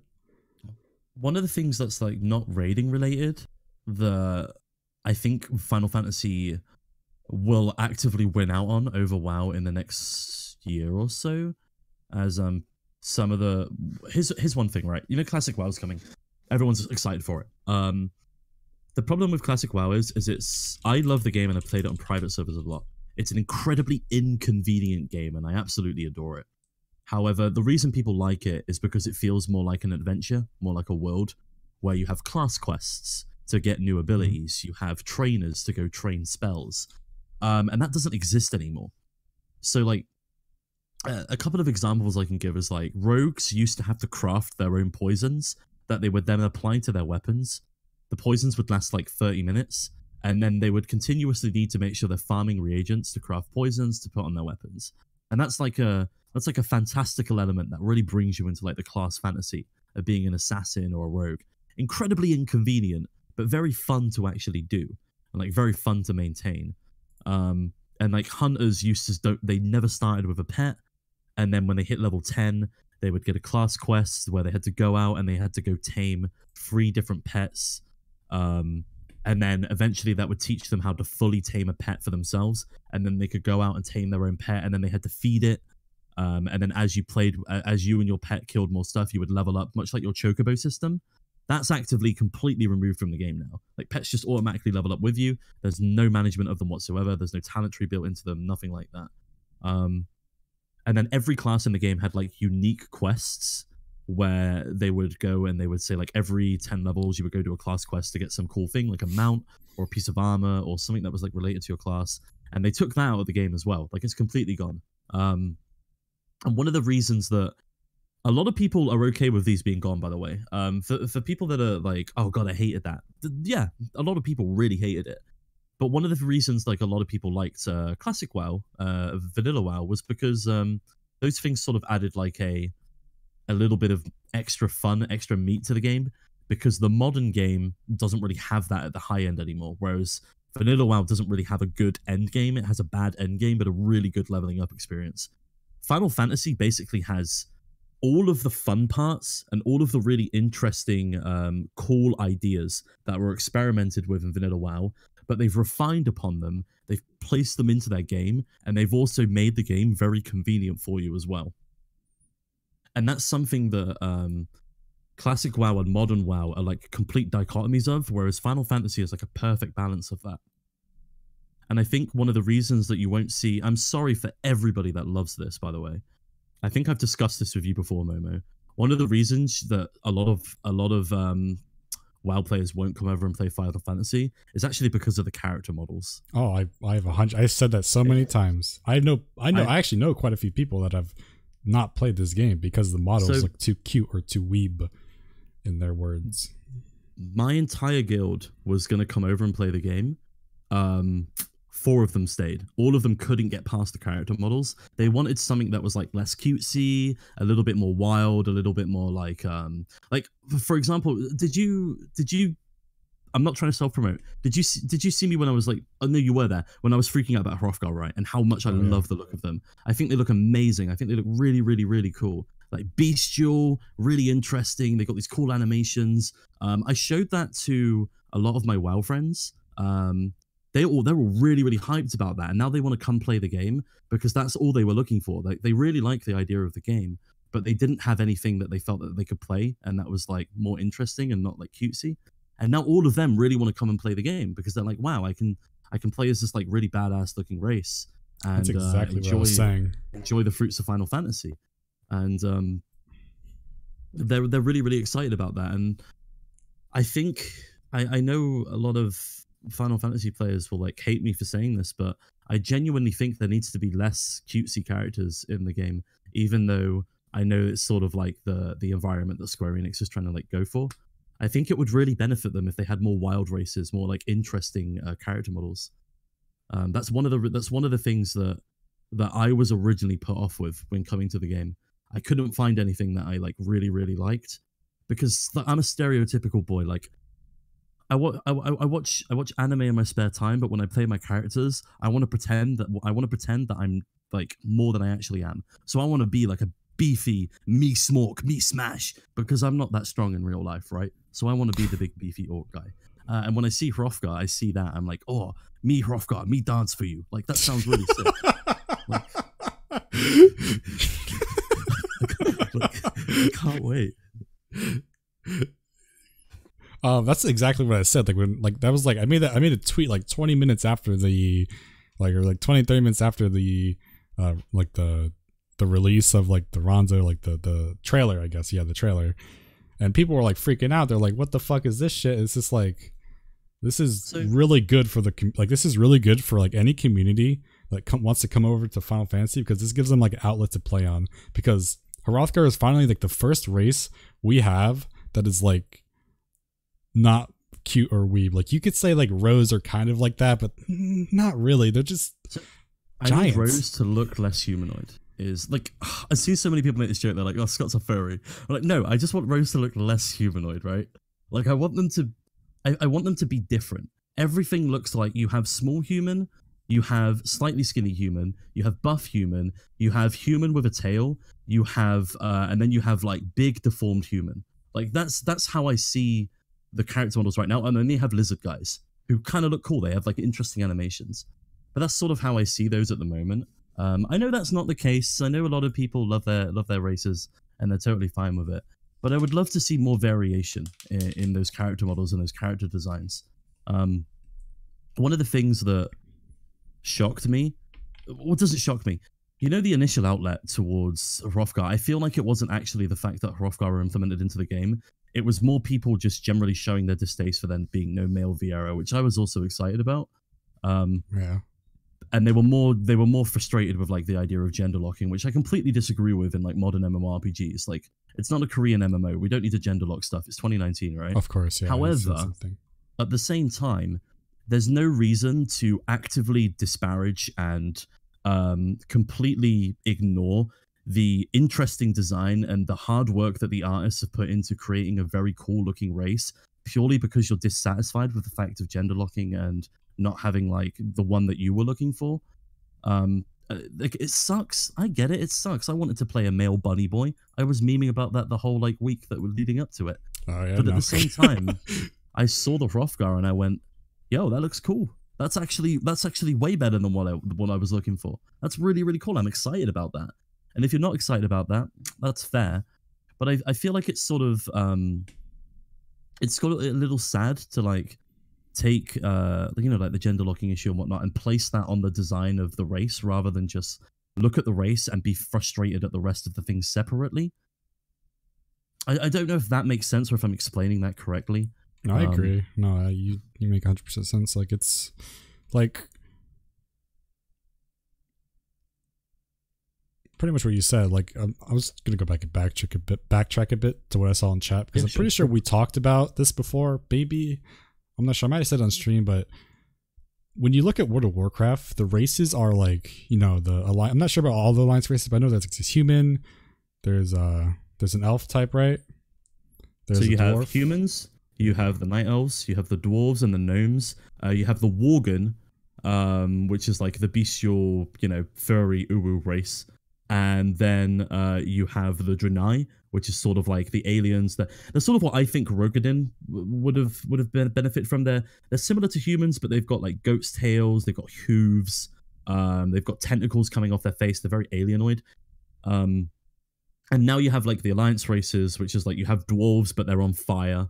You have gnomes, but they're made out of like they're mecha gnomes. They're made out of technology. So you do have kind of like the traditional races, but they've all got this like fantastical spin on them that makes them very different. And on Horde side, you know, you have nothing but bestial, right? That's what I was gonna say. Like the Horde, like we pretty much have like someone said in the chat, like perfectly, like our game is pretty much just all alliance races, right? Like Hrothgar is gonna be like probably one of the first races that don't look. Hrothgar's like worgen. Yeah. Like we, you know, in World of Warcraft, they have like the undead, right? They have like that bowl-looking thing. I don't know too much about it. You have undead who have bones showing through most of their armor. You have the Tauren, which can't really wear feet on them. You can't really wear boots on them because you can wear boots, but the animation is just they have giant hooves essentially, and then they have their big antlers coming out. You have the Blood Elves, which is the fan service race. Then you have Trolls, which have like the hunchback. Then you have Orcs, which is the me smash, me dance for you. But recently they've given them a straight back, so you can be a straight backed orc, you can be a proud boy, which is really cool. Then they've got Zandalari Trolls coming as well. They have the Goblins, which is like the small equivalent of gnomes, but they have very long pointed ears. They're completely green. They have these really smug, snarky, like elongated faces. So when you see the silhouettes, like I can clearly tell what race is, no matter what armor they're wearing, because of those silhouettes. Whereas in Final Fantasy, there are a lot of silhouettes, and I can't tell the difference between them. Like I don't know if that here is a Makote or not. I would only know if they turned around and I saw the tail, right? If they were wearing like a helmet and whatnot. Yeah, that's sort of how I feel about that. Whereas Hrothgar, I know that's a Hrothgar, right? Because he's a big and beefy boy. And when he's running at you, you ain't getting away from that. Have you seen that sprint animation, dude? Yeah, I have seen the sprint animation. He's coming at you. He offered you a dance and you turned away and he was like, no, me dance for you. And he's running at you, dude. Like, but that's what I was saying. Like in pretty much in World of Warcraft, there's like a character model for like pretty much anybody, right? If you want to be human, you can be human. You want to be a dwarf, you can be dwarf. Like Final Fantasy 14. You're more restricted in that aspect, I feel. Especially, you know, just like from the examples we just said earlier, like that, you know, WoW players come over and they feel like, oh, there's no race for them to play that they can really get in with, right? Hrothgar is finally the first race that people that can come over from other MMOs, like either Elder Scrolls, World of Warcraft, pretty much anything that's like not too cutesy. They're gonna come over and be like, oh shit, you know, this race looks badass. They're gonna play it. Yeah. I agree. But also at the same time, I don't want to draw away from the fact that I think that Final Fantasy has created a very, very important niche for itself. In that, I mean, I don't think it's a secret to anybody that a lot of people who like anime also kind of like Final Fantasy games, and they like the Final Fantasy models and the cute stuff. I think that's totally fine. Like, it's a really important niche because WoW doesn't serve that. WoW does not serve that niche whatsoever. So if you're interested in like that style of like character design and character model, and you go over to World of Warcraft, you're like, what? You're this cute blood elf, and you walk into a city. You got this fucking like undead dude staring at you. You got this orc who's walking around saying "me orc, me smash." You got this Tauren who's spamming moo. Like, it's not the same environment that you can create in Final Fantasy. So I think Final Fantasy has done a really good job of establishing itself a niche, but I think in terms of bringing in players from other MMO genres, there needs to be a little bit of leniency with slowly moving away and experimenting with different silhouettes and character models, because I think the rest of the game they've got really, really well done. The only complaint I would say is that a WoW player coming into Final Fantasy will really, really struggle with the MSQ for the most part. Because the MSQ is not a thing that exists in WoW. There is a storyline, but that's told through multiple quests that are all optional for them, pretty much. There's not like a really elongated MSQ, which I like about Final Fantasy. I like the MSQ, but I'm also like a traditional like CRPG player and whatnot. I like storylines. The traditional WoW player will probably come over and be frustrated by that. I'm not saying get rid of it, but I'm saying there were moments, especially in A Realm Reborn patch quests, where I felt like I was being fed quests that had no relevancy to the story whatsoever. Why do I need to apply perfume to a chocobo? Like, that doesn't need to be a quest, right? Yeah, I mean, I agree. I mean, I think they fixed it though. Heaven's Ward's not too bad. If it's bad at all, I'm not even sure. I don't remember because I don't watch cutscenes and I don't do the story. You know what I'm saying? But I think they mainly learned their lesson. And like in Realm Reborn, they learned their lesson because there's huge outlash, right? There's a huge outlash. I think that's what sparked the jump potion too, because jump potions didn't used to exist. I don't know how people feel about that, but as someone who like really cares about the story, I don't mind there being an MSQ jump potion because I know I have close friends. Like, I'm gonna call him out right now. Anybody know who High Muster is? Anyone know who Himu Chan is? That boy doesn't care about the story. He skips he skips most cutscenes. He doesn't care. He just wants to raid. Like, that's what he wants, a nice raiding environment. He wants to play with friends and be social, right?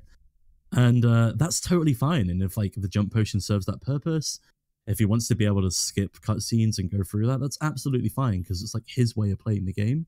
One of the biggest concerns I have is I've seen it happen a couple of times already I'll call it my own community, in my community a little, where there's been a couple of people who have been like, hey, I want to try the game, you know, but I'm not really big into the story. I just kind of want to like get through the game and start playing the dungeons and play with other people. And then some people have been like, nah, you're going to hate this game, dude. You need to watch all the cutscenes or else you're not going to have any idea what's going on. It's like, no, just like tell them they can skip the cutscenes. It's totally fine. Like let them just like skip stuff and play through it and they'll enjoy it. They can watch it all later. I think there's like, there's a little bit of a pride on, you know, having this fantastic story. They really do have a fantastic story, but not everybody needs to see the story because not everybody wants to play the game that way, right? Yeah, I'm the same way. That's one concern I have. I was only here for the gameplay when I first started playing. Right, I was only in it for like the gameplay. Right, I didn't really care too much about the story. I love it. Yeah, I mean, I do. I do too. Right. Yeah.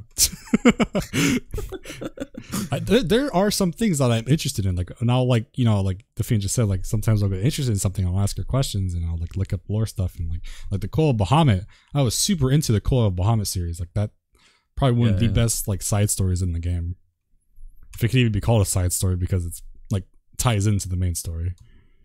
So quick question regarding that: were you really into the Call of Bahamut because you did the raid and you were really big into the raid? No, I actually skipped the cutscenes when I first did the raid. It wasn't until after I beat it that I was interested into the story.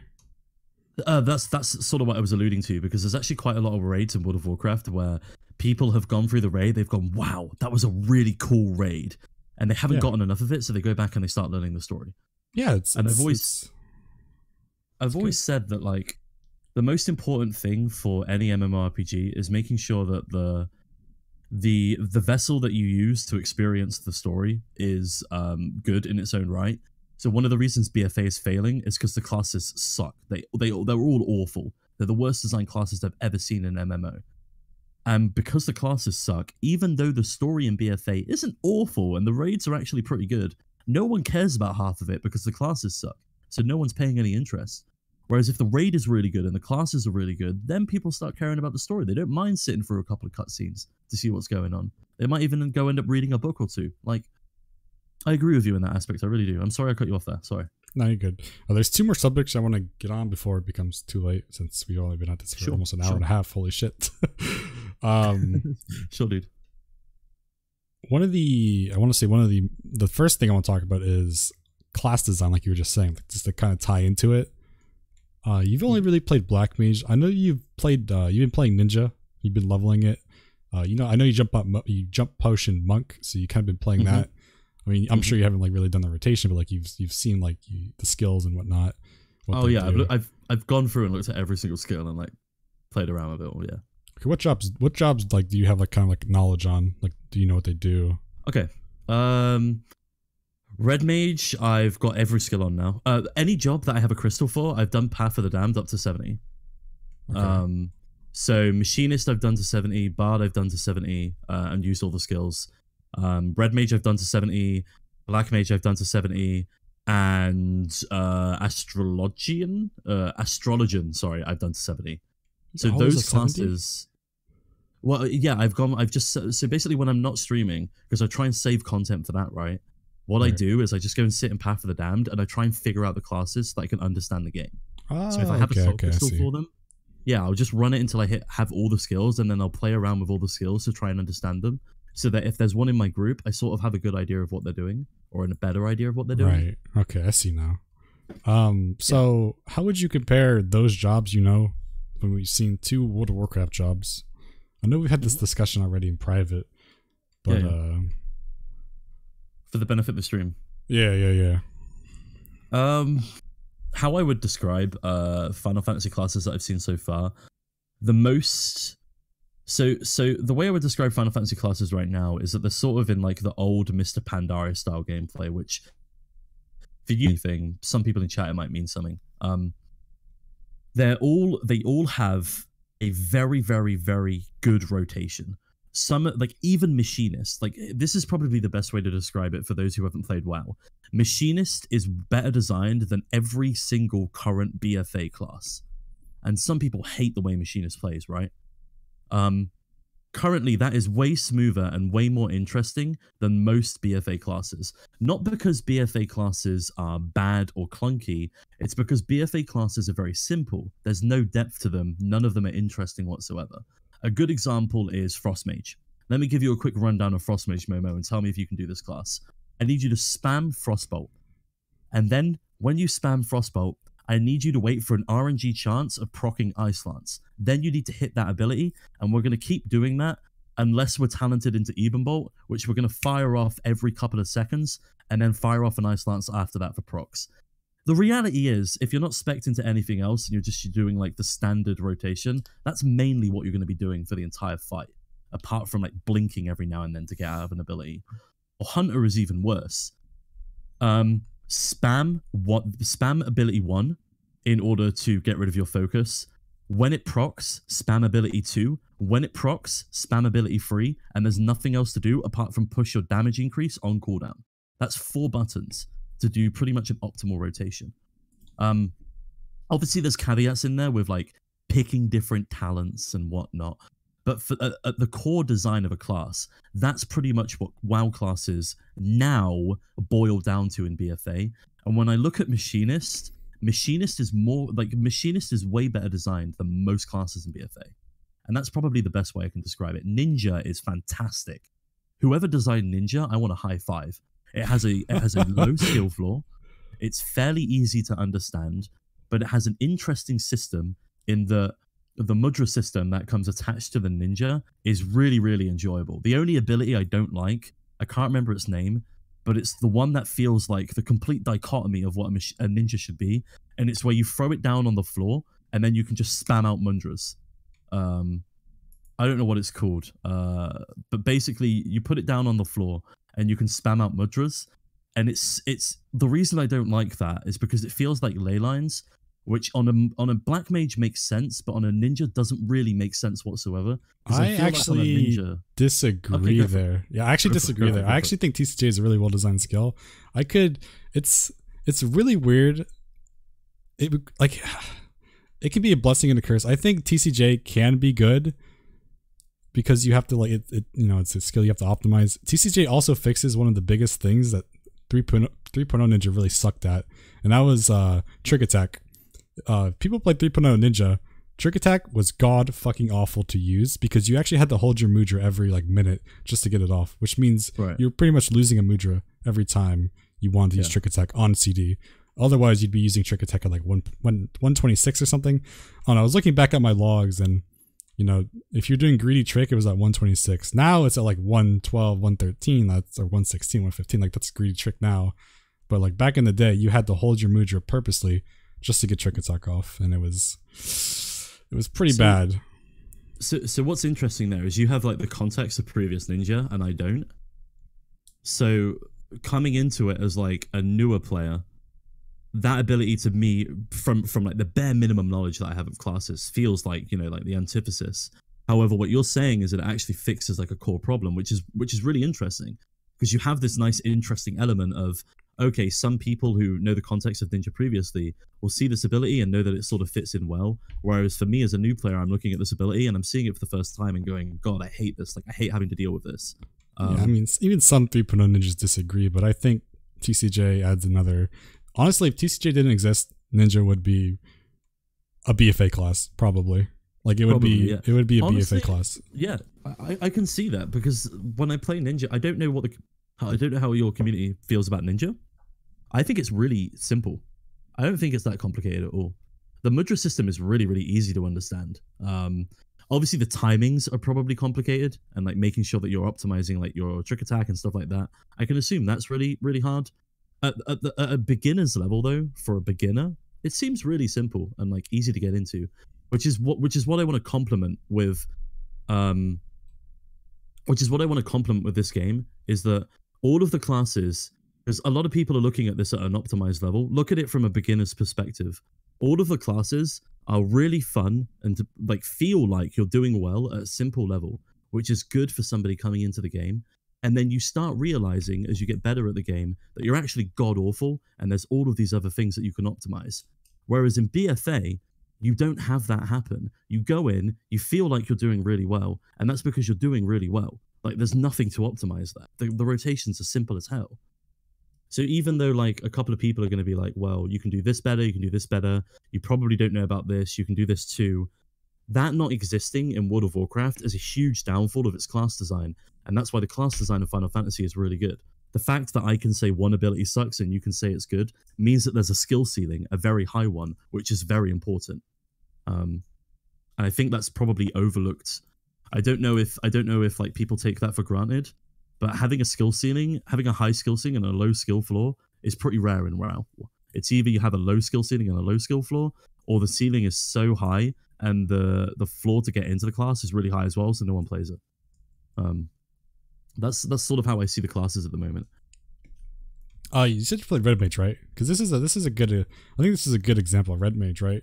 Red Mage is probably the closest thing right now to a BFA job. I'm pretty sure anyone in chat will probably agree that Red Mage is definitely the easiest job to optimize and to learn. Like, you know, I'd say it's more complicated than most BFA classes. I mean, yeah, no, I think so too, because, you know, there's a proc system, you know, you have buffs, you have self buffs, first of all, you have AoE buffs, and you have like that. But I'm just saying it's the closest thing to one. It's probably the easiest job to play and to optimize right now. Yeah. But how would you compare that to, like, would you say Red Mage is harder than any? Would you say Red Mage is harder than any BFA job ever? Like, there's no BFA job that can really compete. Let me think about. If they didn't ruin Survival Hunter, I would have said Survival Hunter was better, but they absolutely gutted it, so it was so simple. Survival Hunter, like in Legion, that's the closest I can probably give. Is like Legion Survival Hunter would have been like somewhat close.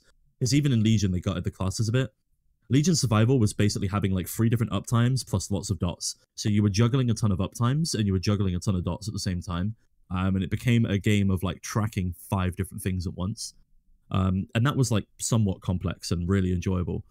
But they nerfed it into the ground and they just turned it into a cookie cutter like builder spender spec where you build X resource and then you spend it and it's done. Which I guess is sort of what Red Mage is. Red Mage though has the interesting aspect of instant casts every other spell, and that feels really weird to a WoW player. Like, that doesn't happen in WoW. Instant casts exist, but there's never really a situation where you like cast a spell, do the instant cast, and then have like a somewhat small GCD afterwards. Most instant casts in WoW don't really have that much of a GCD attached to them. So what happens when I play Red Mage is I find myself in this really weird cycle of, I know the rotation is very easy and is very simple, but at the same time it feels really disjointed because there are seconds where I feel like I should be doing something and I'm not doing something. Whereas every other class, I haven't felt that. It's just Red Mage that I get that on, and I don't really know if anybody else feels that way, but that's what I would say. I would say Red Mage is more complicated than any BFA class in the game right now. It's super surprising. Yeah, because Red Mage is like its rotation pretty much plays itself too. Like it's. You know when I told you I was having fun with Red Mage? That's why. Because it's more complicated. Oh yeah, I think I think Red Mage is fun. I can't play it like all the time because it just doesn't work for me like that. But I think if I had to prog on it, I'd hate it. Probably. Yeah, probably. Yeah. Yeah, probably.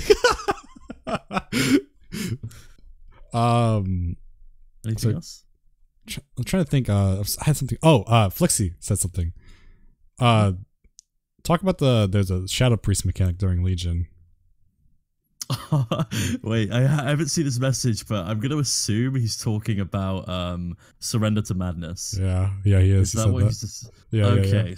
Surrender to Madness. Where do we start? Surrender to Madness. Okay, so I have to explain Shadow Priest, Legion Shadow Priest.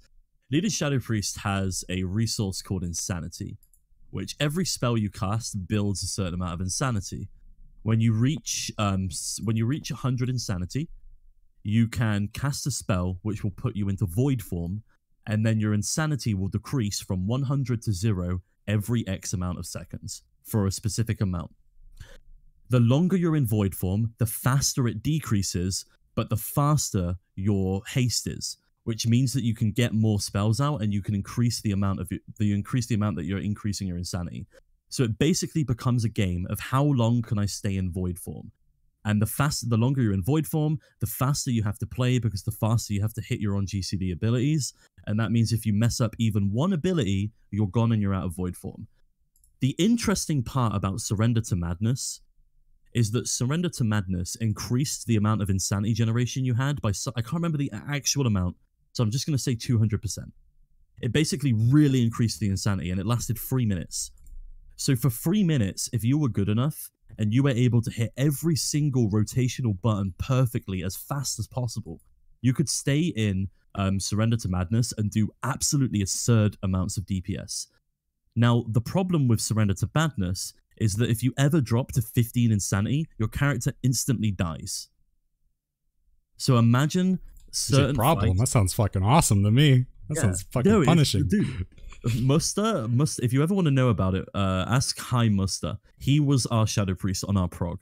And basically what used to happen is there's a boss called Ursoc in Emerald Nightmare. We brought 3 Shadow Priests to that fight. We pulled the boss. This is how we would prog that boss. We pulled the boss. We let those Shadow Priests generate 100 Insanity. And then we all ran out of the dungeon to reset the fight. That means the priest would start with about 70 Insanity. About 10 seconds into the fight, they would all cast Mind Blast into Shadow Word Pain into Mind Flay, get themselves to 100 Insanity, then they would go in Void form, they would hold it as long as they could, maybe for about 40 seconds, then they would hit Surrender to Madness, and then we had to kill the boss in 3 minutes. That was the game. That was how we progged that boss. If at any point those priests messed up their rotations, we would probably just wipe the fight. But Surrender to Madness added this interesting dynamic of being able to actually skip boss mechanics and skip hard phases by just playing classes perfectly and stacking them a little bit. It's probably one of the best abilities they ever added into the game, and they nerfed it into the ground when they realized that Shadow Priests were pulling like 1 million damage per second. Honestly, that sounds fucking awesome. Like, to me, that sounds like it's pretty much, if you go into this, right, think of it, it's kind of like Wildfire in a sense. It's like Wildfire, except if you fuck up at all, like, you know, Wildfire's 10 seconds, obviously, but if, like, Wildfire was like a whole fight, you fuck up at all, you're pretty much, you're done. You're dying, yeah. Like, that sounds fucking awesome. Obviously, that wouldn't work in here because people, you know, baby rage, you know, this is too hard, this is too punishing, but so that's why it was nerfed. The problem that the vocal minority had against that, and it's always a vocal minority that outrages about something. It's never think it's a majority. The vocal minority that outraged about that hated it because they felt like they were being gated behind certain pieces of content because they weren't good enough to use Surrender to Madness. Even though you didn't need Surrender to Madness to do the strats, they just refused to not do the meta strat. And because they didn't do the meta strat, they would have had to find different ways to go about that fight. But every single person wanted to do the meta strat of having S2M priests. So they would start complaining about it, saying, oh, our priests aren't good enough to be able to do this. We can't do the fight. The fight's not possible for us. Whereas in actual reality, all they had to do was pick a different talent, which gave them more consistent damage over the course of the fight, and they would have easily been able to hit the DPS check on that fight, like really, really easily. But the core issue is that whenever you have an ability that really, really emphasizes skill ceilings, people get really, really self-conscious about it if they can't do it, and they just complain that it's a busted ability. Whereas in actual reality, they just don't need to worry about it, and they can do something else. That was the nice thing about talent systems in WoW, was that if you didn't want to take Surrender to Madness, you could take a different talent which gave you more consistent damage and was less skillful. It was less skillful, but meant that you would not have to worry about that aspect, do more consistent damage. You would have a lower peak, but your damage would be so consistent that you could easily do the fight. I don't know, it's stupidity on the vocal minority part, and that's why it got nerfed into the ground. And I have a feeling without talent trees in Final Fantasy, if it was baked into a spec and it was like, people saw it as like a required usage, I can see a lot of people getting really toxic about it. Oh, yeah, for sure, 100%. There's no, I'm just like imagining like people already piss you over like shit like blood for blood, right? The shit lasts for 20 seconds. You know, you take 15% more increased damage. I can't imagine a skill that was like, you know, so blood for blood is interesting because that's a passive on warriors. It used to be a passive. That while enraged, you do more damage, but you take 10% more damage, and that ended up getting nerfed because warriors were complaining that they shouldn't have to suffer the consequences of taking 10% more damage than everyone else for 10% increased damage. So it ended up getting nerfed. Yeah, is warrior a tank? No, so warrior can be a tank or a DPS. Okay. Because of specializations. I could see the tank part maybe, because taking 10% increased damage on a tank, that doesn't sound very like right. Here's the thing. The reason why BFA classes are so boring is because they got rid of any ability that was shared between different specs. So Enrage is purely a Fury Warrior ability. Prot Warriors or Arms Warriors don't have to deal with it. Whereas Arms Warriors get something like Mortal Strike, which none of the other warriors have. So each specialization is basically its own class. So instead of thinking about World of Warcraft as like 13 classes, you have to think about it as over 30 specs. Yeah, over 30 classes. Yeah, because they individually create a class within each spec, and that leads to them not wanting to overlap abilities. So every class becomes boiled down to very few rotational button presses. I don't think you will ever suffer that in Final Fantasy, because Eon Hazakostas, the lead developer of World of Warcraft, has actively come out and said that if he could, he would remove specs from the game.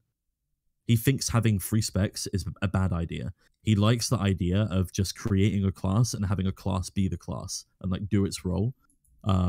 He said if they could go back and they could change that, he would absolutely do that.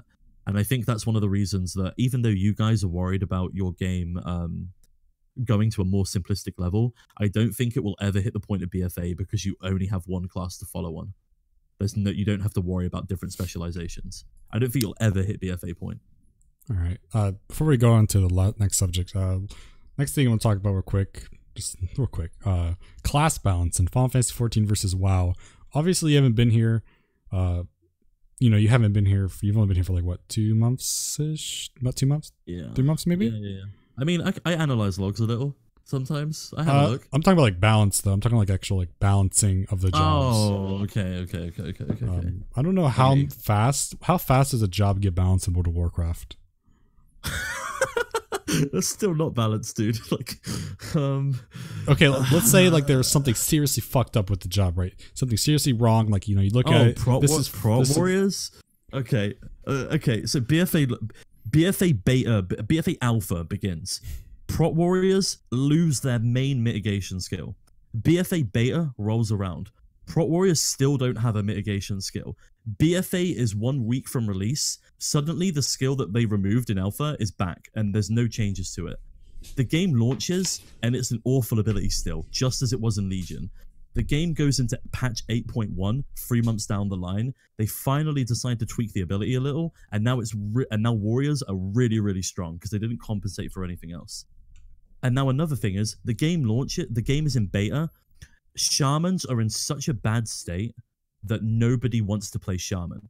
Blizzard actively acknowledges and makes a forum post about how they are going to change Shaman in 8.1 months after the game releases because they said they didn't have enough time to tune Shaman properly. 8.1 rolls around, Shaman is still trash. So this is actually kind of the same scenario Final Fantasy 14 has. You know, obviously it's not the same extent because balance in this game is it's better than World of Warcraft. I think we could say it's better than World of Warcraft. You know, every job is like within like 3% of each other. The only job that is the outlier of that is what, like, I mean, 3% raid DPS wise, not personal DPS. Obviously, you know, there's jobs that do personal DPS, but most, if a job does low personal DPS, they do a lot of raid DPS. Like AKA Dragoon does like, you know, 1,000 less DPS than like, you know, or 1,500 less DPS than like a Black Mage. To other people in the raid, right? Exactly. They do like 1,000 plus raid DPS. Same with Bard. That puts them like on the highest like raid DPS like you know, value. The only outlier of that 3% is White Mage. White Mage is almost, when I did the math on it, it was like napkin math. It wasn't like the best, but it was like within 10 to 15% lower than its counterpart Astro, you know, because you have a job that is doing more personal DPS than White Mage, right? So you have Astro doing more personal DPS than White Mage, but they also bring, you know, upwards to almost 1,500 raid DPS if they get lucky in 09, right? And they bring 1,000 neutral most of the time. You know, average balance is 1,000 raid DPS most of the time. O12S, you know, 4 AoE balance is almost 1,000 raid DPS. And that fight is almost 8 minutes long. It's just like... That's because you have support classes, though, which WoW doesn't have anymore. It used to have them, but they took away support classes. But I mean, the thing is, that's what I'm trying to get at. Like, yeah. That's why balancing is so good in this game, honestly. But that's the thing. That's what I'm trying to say. Like, SC is really good at balancing. Let's not get that wrong. SC, you know, compare SC balancing to other games. You know, SC is fucking the White Knight of Shining Armor in terms of balancing. Yeah. But when you look at White Mage versus Astro, why is it taking them so long? Why did it take them so long to figure out a solution? There still isn't a solution as far as we know. As far as we know, there's no solution yet. But, you know, the band-aid solution would be to increase their personal DPS. And I feel like they should know like the calculations for it, right? Like, I don't know if you know, but the Balance Discord, there's people in there that they figured out the potency buffs needed to, you know, make Samurai viable, make Black Mage viable, way before SC actually even made the potency buffs there. Like they had it already mapped out. So if people the balance can do it, right? So one of the reasons WoW struggled with that was because they knew the math that they needed to do in order to make the job balanced. But one of the problems that they had was they didn't understand the core identity of what the class was anymore, because they changed it so much from what it used to be. And so they wanted to hold off on making certain mathematical changes because they were unsure as to whether they were going to just change like how the class's identity was in general and like what it was supposed to do. And sometimes that can elongate class changes in MMOs. That happened in Age of Conan as well. This is going back a really long time now. There was a class in Age of Conan called the Herald of Zolti, which was a really, really strong DPS class, but they actively changed the identity of that class for a good 3 or 4 months. And even though everyone was like, buff this, buff this, buff this, that'll bring it in line with everybody else, we think the class plays fine. Because the developers, had a personal issue with the core identity of the class, they wanted to hold off on buffing it because they wanted to just make sure that they could rearrange everything and turn it into the identity that they wanted. And then they could tweak around with all the abilities at the same time. I don't know if SE is doing that. I think they are. That's what I think they're doing with White Mage right now. Like, people are like, oh, White Mage is going to be garbage in 5.0. Maybe. Like, it's a maybe. It's not, you know, we don't know that. I think, you know, I 100% think SE is capable of making a job that can actually work off its own buffs, right? So the current issue with White Mage is, one, that its main core mechanic, Lilies, is formed off of GCD heals, which is what you actively try to minimize in this game. Like, you try to minimize your GCD heals. The second reason why White Mage is in trouble, or like why they're in trouble, is because what Lilies do is they reduce the recast time of healing abilities like Divine Benison, Tetra, Assize, and Asylum, right? That's cool. but not really. Because in this game, everything is scripted. And WoW, I hear in WoW, oh my god, dude, that would be so good in WoW. Holy shit. You know. Oh, dude, that would be amazing, yeah. Exactly. But that's not how this game works, right? Everything in this game is scripted and predictable. I said it a lot. And because it's scripted and predictable, even if your cooldown is going to come up like 20 seconds earlier, you're still not going to use it until you need to use it, right? You could be holding on to that cooldown for another 60 seconds, right? You know, if you're not going to get any value out of like an Asylum or a Tetra, right? You're not going to use it on CD. You're not going to use a Tetra when the tank's HP is at 100%. You're not going to use Asylum when there's no raid damage going out or there's like no, you know, there's no single target region to be used for. It's the same thing. So that's like one of the two issues with it. Another issue with it is because, what was it? If you cure or cure 2 critical HP, you get a chance at reducing the cooldown of a size or Asylum by 5%. And you can see the issue with that as well. One, you're banking on RNG, which you will never do, like in an optimized environment, or like even a standard environment, right? You're never going to bank on RNG to get you a heal. Two, you know, you're using a GCD heal again. Like those are the main issues with it. You're using GCD heals. You're in a position where you're not going to use a healing CD, even if it comes off CD earlier, you're not going to use it, right? That's not how it's going to work. Unless for some reason, like there's some niche situation where it did, then cool, that works. But you still have to use a GCD heal to get it.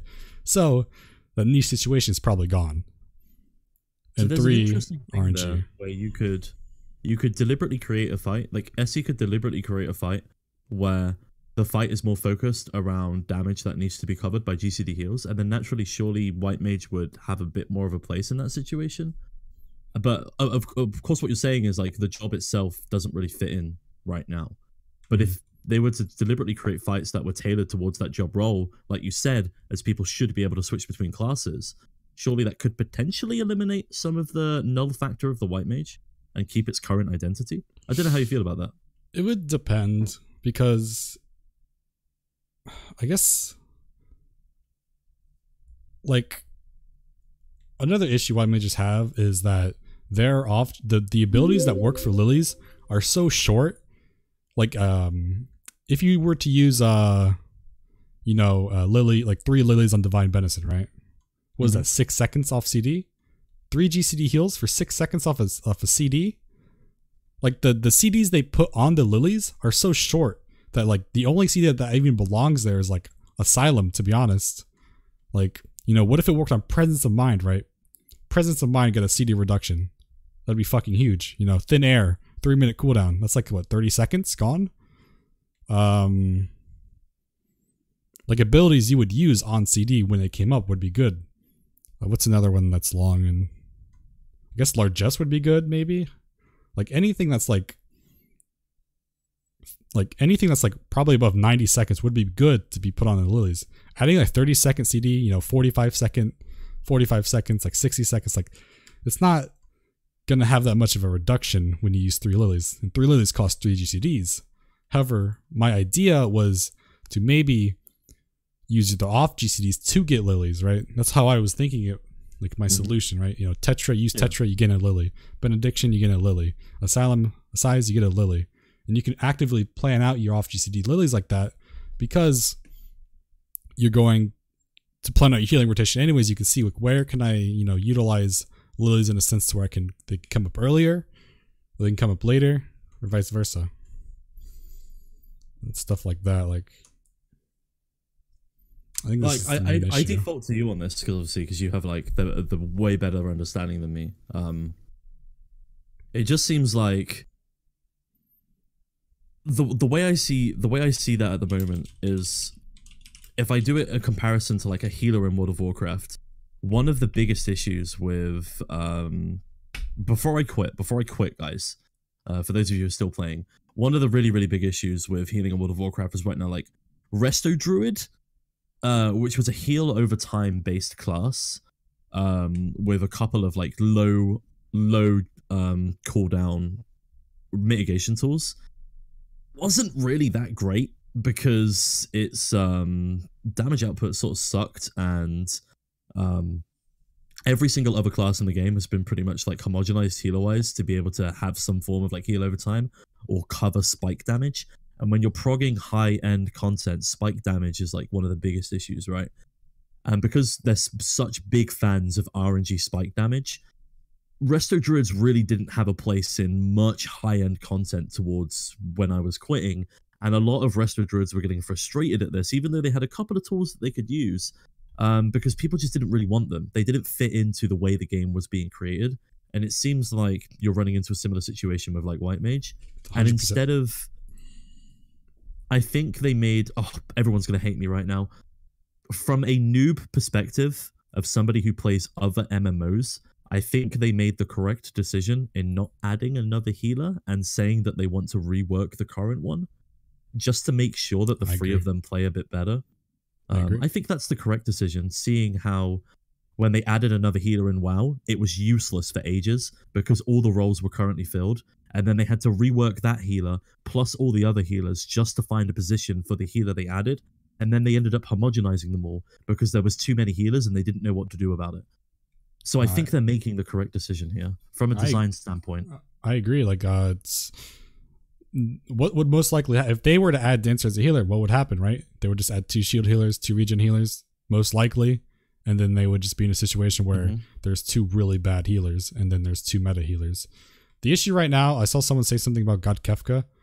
God Kefka is pretty healing intensive. The issue is with like coordinated like off GCD heals. Astro is basically a White Mage but better. They have Earthly Star, which is 720 potency every 60 seconds. White Mage's equivalent was a Size at the time, which was 300 potency every 60 seconds. The only reason it is weaker healing wise is because, you know, it did more damage, but, you know, Earthly Star is 720 potency in healing and 200 potency in damage. And then you also have Collective, which is a mitigation tool and a regen tool. So it's a 750 potency regen. If you extend it with CO, it's 1200 potency. And if you time dilate that on a tank, I think it was 1950 combined. So it's pretty powerful. It was like, what? I think it's 1500 on a tank without the CO.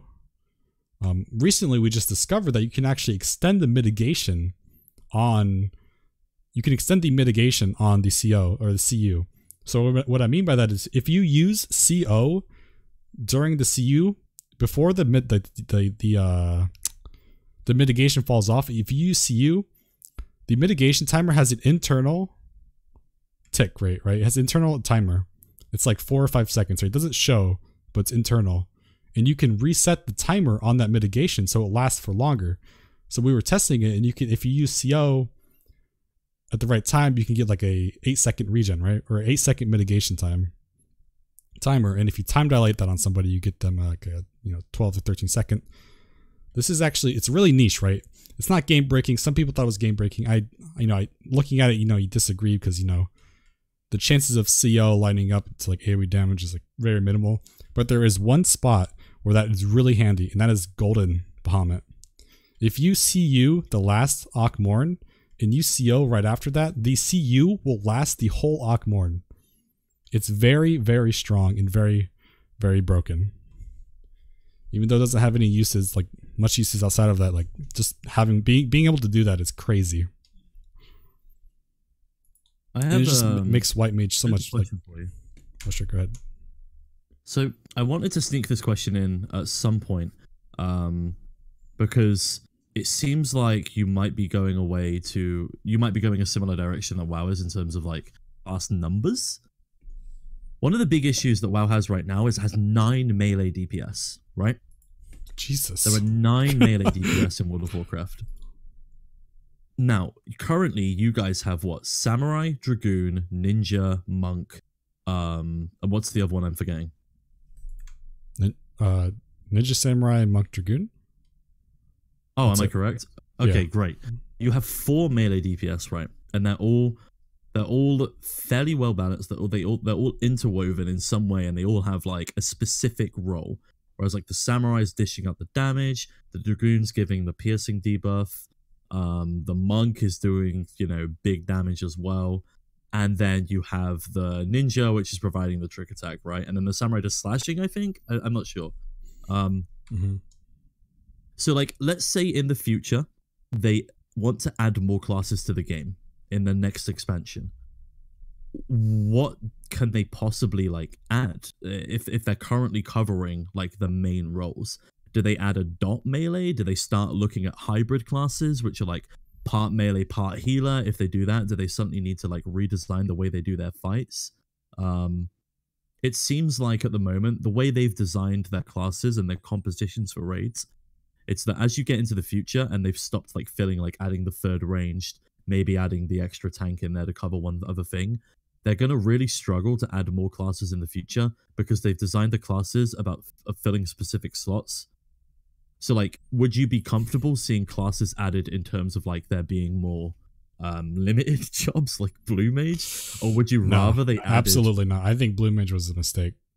So would you rather they expanded upon raids and like created new roles that are required so that they can add new DPS? Or third option, do you actually think that they should pull a WoW and do an expansion where they add no new classes? Man, that's really hard. Like, because what could they do, right?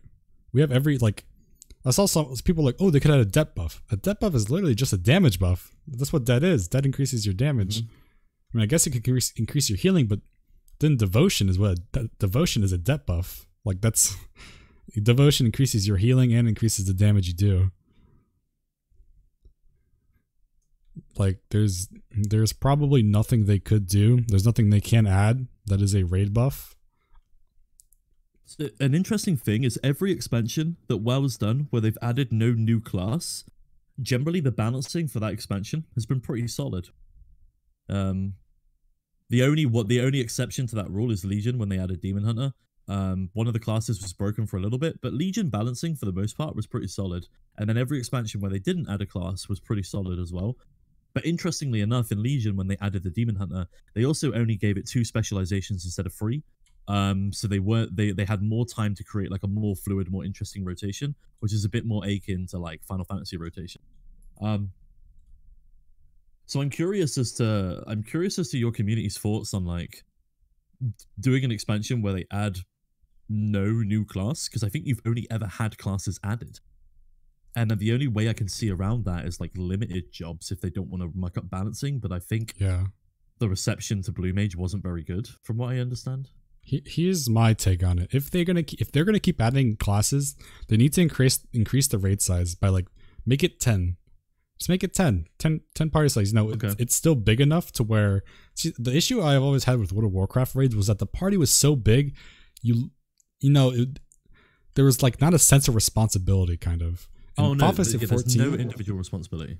Yeah, in Final Fantasy 14, everybody has like this individual responsibility. Like, you know, if you fuck up a mechanic and you needed that person for the mechanic, it's a wipe, right? There's some fights where like, you know, DPS are just DPS and it's kind of DPS the boss, and you can, you know, if you lose them, whatever. But like in most of like the higher end content, everybody has responsibility. In World of Warcraft, you lack that.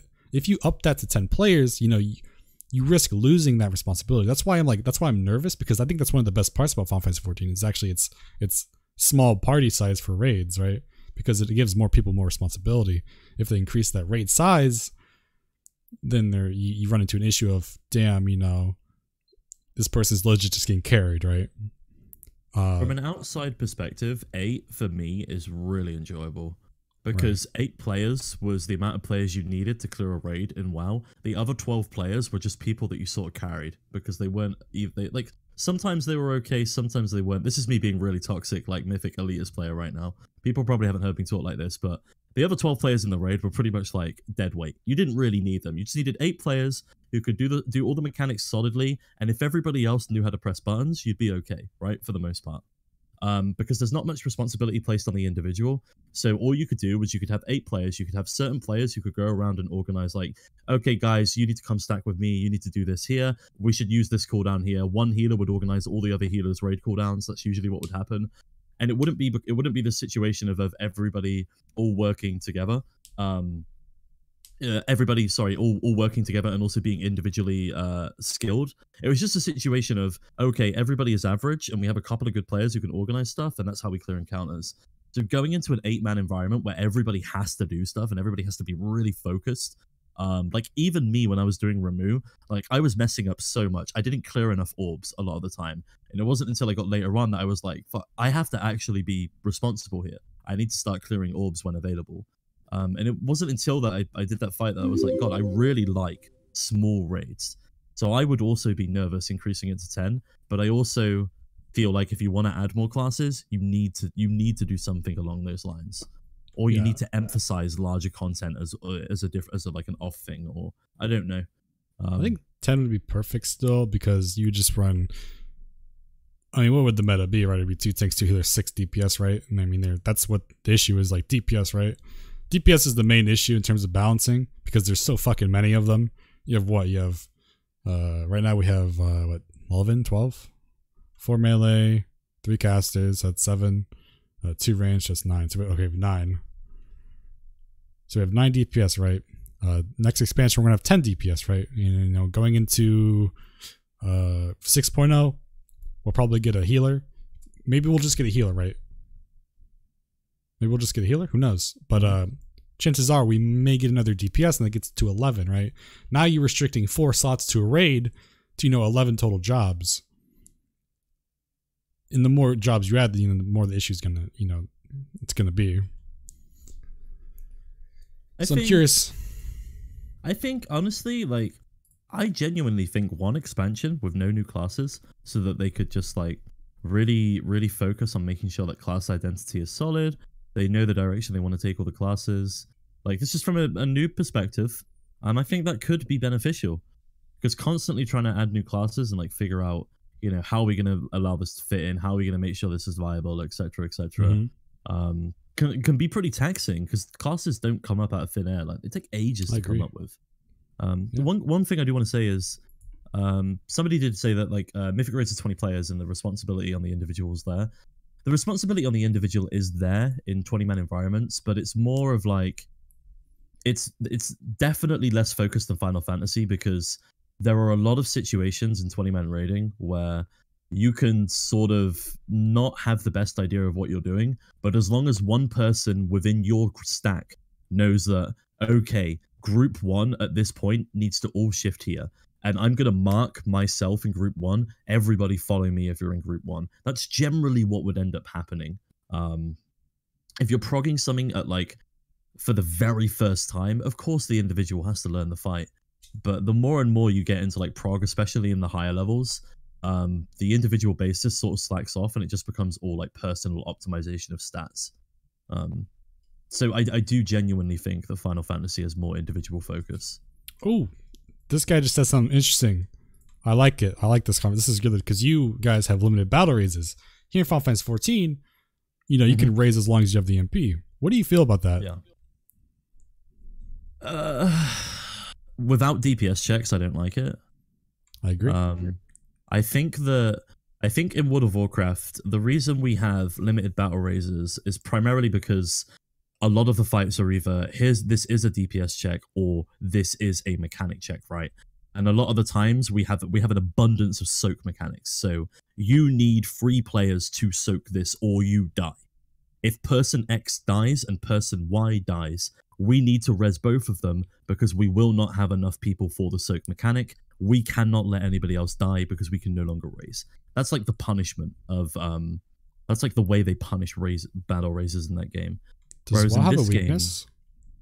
No. You don't get weakness. The punishment is the fact that a lot of the mechanics in the game, because there's 20 players, require like 4 players to soak a mechanic. So if people are dying and you don't have enough people to soak the mechanic, all of those players will die. And it becomes this environment of making sure that you have enough players. Or if you're in a DPS check, you know, if somebody dies, the check is so tight that one person dying can pretty much screw the fight if you're progging it. The thing that slightly throws me off in this game is that I know you said there's not many DPS checks. I haven't really felt like there's been any DPS checks yet either, and I feel like being able to constantly battle raise sort of sometimes promotes bad play if there's no DPS check, because you're not thinking about the consequence of your death unless you're using like a personal DPS meter. I don't know. That's just me though. Okay, so it really classifies how you think a DPS check is. Well, I think of a DPS check as something that's extremely tight. Like if one person dies, you might make it. But if two people die, you're probably not going to make it. Most DPS checks in this game are just don't die, right? There's really like an uwu, right? As long as you don't die, you're pretty much going to clear. The only part you really have to use your brain and align your buffs is the very last part where you can do your reopener on the boss before you get sucked up. That's the only part where like you have to use your brain. So even then, like even if you just use CDs like on CD, you're still probably clear uwu with a def as long as your team is like pulling their weight. It's the same with like Golden Bahamut, right?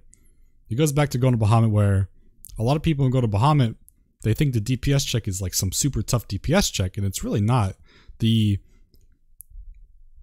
like a kind of like the DPS check in Golden is, what's the word I'm looking for? I said it earlier, remember.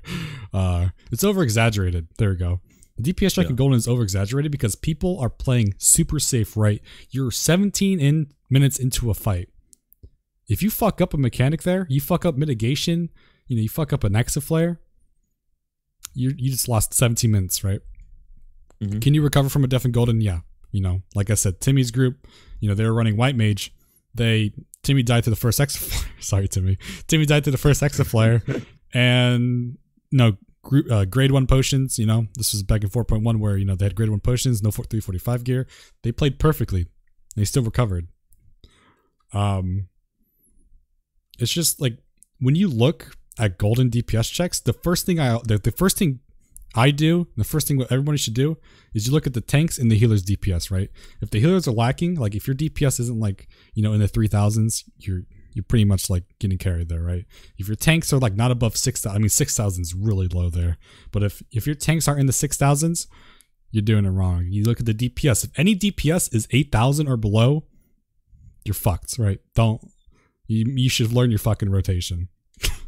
I'm sorry, but I'm just really, really curious as to like, I don't know. Having unlimited raises feels weird to me, just because I've never had it. So because I've not done content yet, I guess, where there's been like a hard DPS check, I haven't seen it as like something where I'm like, oh god, I died. Wow, I'm worried now. Like for me, when I die, I'm just concerned about like my position on the meters. To be honest. I'm not concerned about like not clearing the fight as long as from that point onwards I do the mechanics correctly. And I would personally, just because it's all I've ever known, I would like there to be a cap on the amount of times you could raise someone during a fight. I think that would be good as long as they made the fights like tight and made that like a legitimate concern. Because one of the interesting things we always ran into was sometimes we would be in situations where we were like, okay, a DPS just died. We're not sure if we can make this check, but also we know around this point in the fight, our cooldowns aren't aligning on our tank and he might die here. So we could potentially see if we can, stack shields and overheal this, or maybe we should just save the res right now, not res this DPS, pray we can squeeze out enough for the check and save that for the tank when we know he's probably going to dip. If he doesn't dip then we can res the DPS later and really push the check. But we might lose a few seconds, so we might not make it. And that was like the decisions that we had when we were coming to whether we were going to res somebody or not, especially when we only had one battle res left. And I always thought that added a really interesting environment to the fight, because then you could also deliberately allow people to die to skip mechanics sometimes if you wanted to like, burn a res on that and then save one for later on. But having unlimited reses and not having like I'm sure there is punishing soaking mechanics and whatnot, but not having too much of a consequence for that, even in like lower level content, because you're talking about UCOB, right? In WoW, even at like heroic level, which I'm sorry to the WoW players, if you're playing heroic and you're like, god, this is hard content, I apologize, but it's fairly easy. There's not really any checks during heroic. So if you're playing at a heroic level and you're concerned about like your DPS when dying, let's say you had unlimited raises, you would be able to clear that content one shot every single boss with unlimited reses. So it's either the way they've designed the fights in this game. It's hard for me to say because I haven't done the high level content. I just think from what I've done so far, I'm not a big fan of unlimited raises, but maybe my mind will change later on. Right now, I don't like it. That's all it is. So there is a World Prog chat. So one of my friends, Regente, he's a melee DPS for one of the World Prog groups, and he's actually okay, really good. Like he said that. Let me scroll up. Regente, are you here still? Let me scroll up real quick. Okay, so he said, I hated Stormblood Savage raids tiers, allowing for multiple deaths even in the early weeks, right? They made their scholar, Aise, he's also a really cool guy, big fan. He made a video on how Red Mage affected prog, and basically Red Mage allowed them to see Enrage in O4S, which was the final fight of the raid tier, just because of their chain resing ability, right? And the reason, so back in Creator, back in Heaven's Ward, your death sickness used to be minus 15% HP and main stat. So you did 50% less damage, and your HP was 50% lower every time you died, or for the first time you died. If you died again, you get Brink, and then it's 30% lower HP and 30% less stats. This was taken away back in Stormblood, right? So combine that with the fact that you can instant raise. You know, you're pretty much, you're gonna see Enrage in a fight. Like, you're gonna see the whole fight as long as there's not a punishing mechanic. See, that was an issue too, because you could just have the Red Mage raise, or you could have the healer raise. They get up, the punishment for dying is much stricter in terms of DPS now. It's 25% for the first death, 50% for the second. But the thing is, you look at fights and you're like, dude, you have so the Bahamut DPS check, right? In UCOB, right? I think there was one poll we had 10 or 11 deaths, 2 people with Brink, right? We still killed it pretty comfortably, just by using LB and not being monkeys with buffs and stuff. That's not something you should be able to do. It's the same with Savage fights. It's actually even worse than Savage fights. You could probably have 10 to 15, maybe even 20, depending on how good your group is at recovering in a Savage fight, and still clear. So one of the interesting things that you just said there that I didn't actually think about is the fact that you can see the mechanics for a whole fight, right? And then hit the Enrage, and then essentially start planning out what you're going to do for the fight and optimizing it even later on.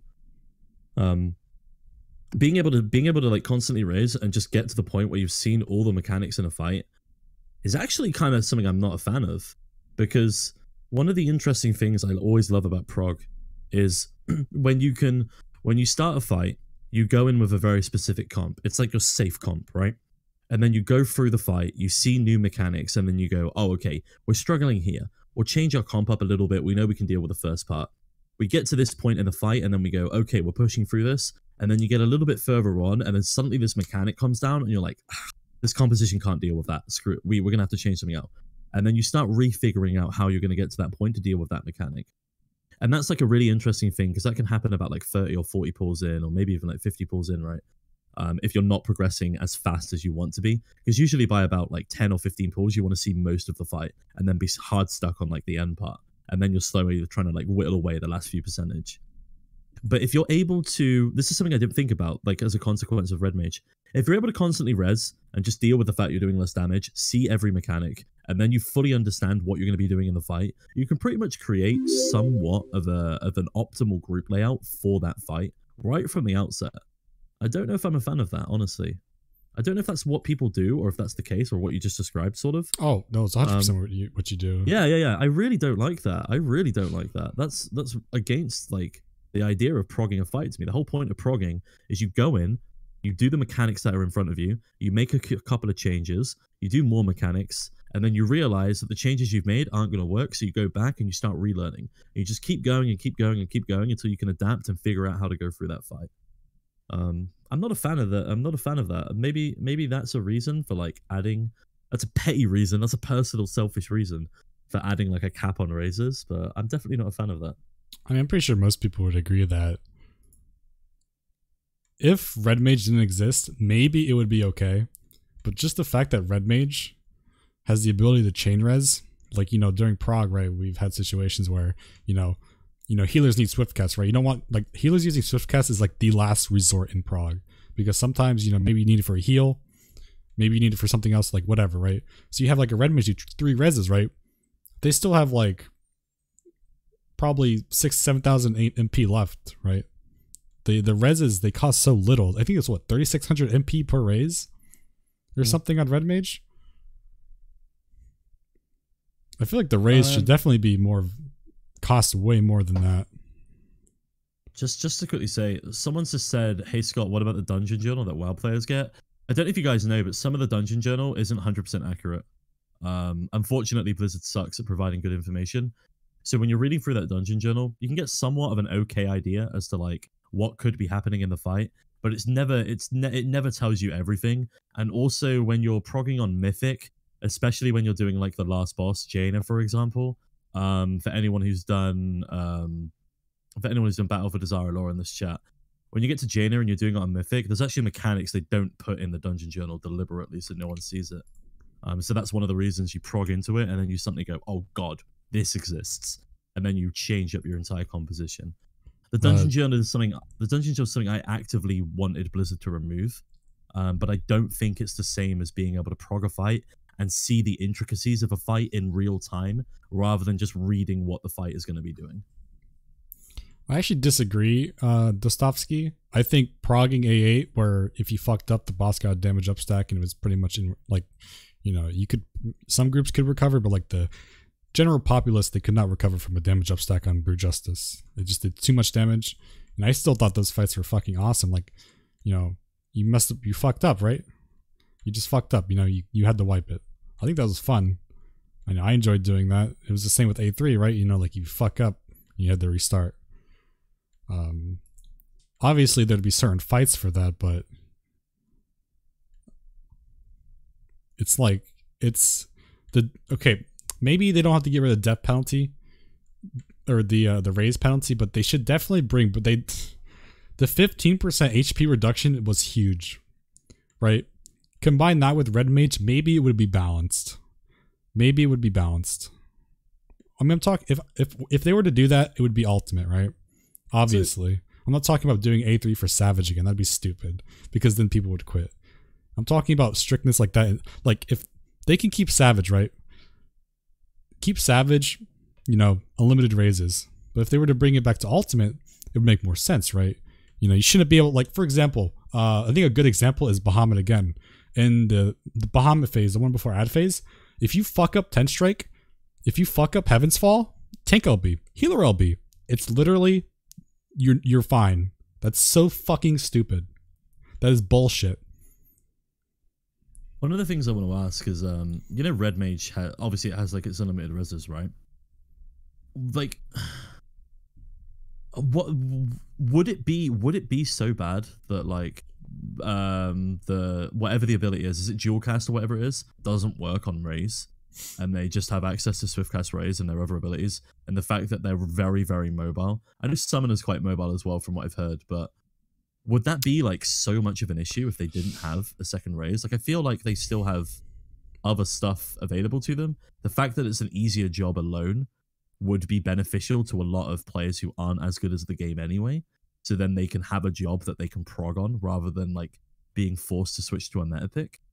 I don't know. I feel like that's a strong enough point already. Just having a job that's naturally a little bit easier. Like in itself, that's a selling point for a lot of people who want to try to do raiding.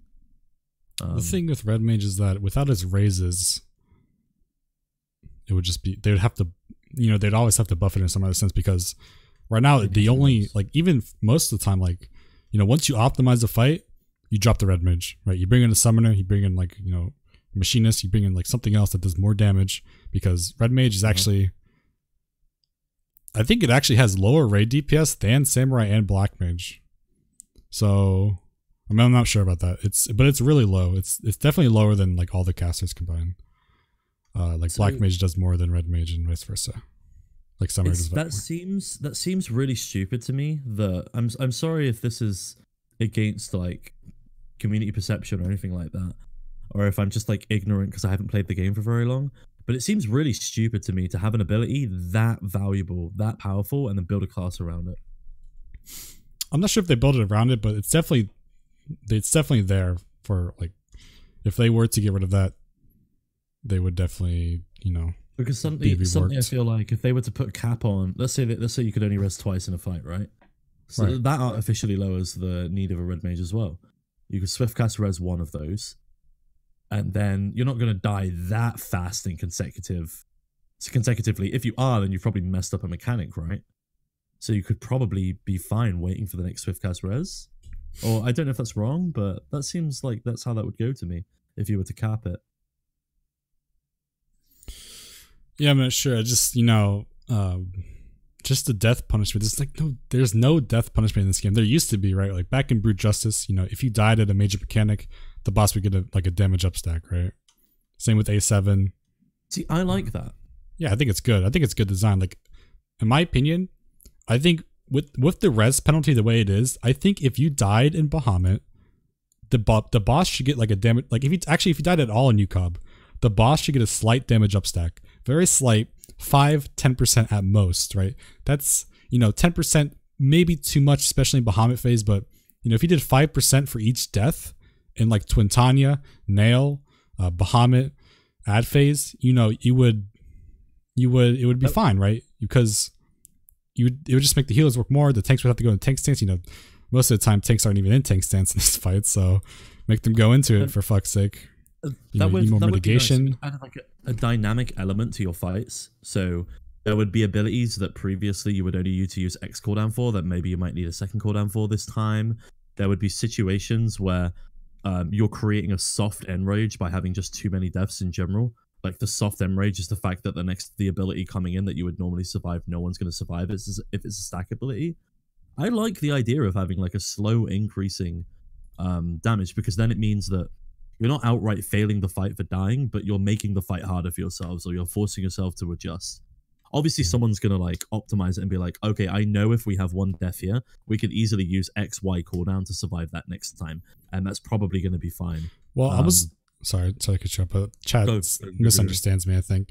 When I say 5%, I'm only talking about that phase, right? If you died in Twin, the boss got a damage up stack, Nail wouldn't have it, right?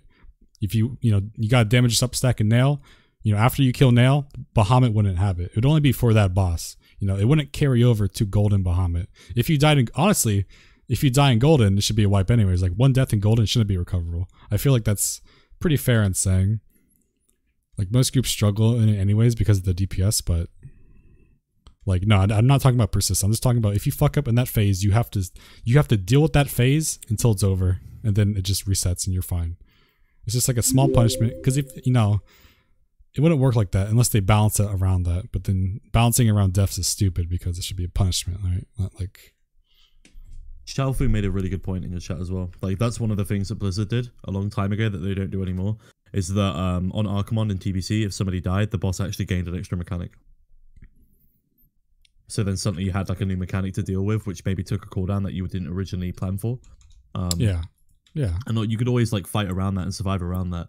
But it was an interesting way of like dealing with deaths in a fight. That's cool. Yeah, I like that idea. You don't need to be the top 1% to clear Ultimate. I'll tell you that right now. Isn't the point of Ultimate to add harder endgame rage?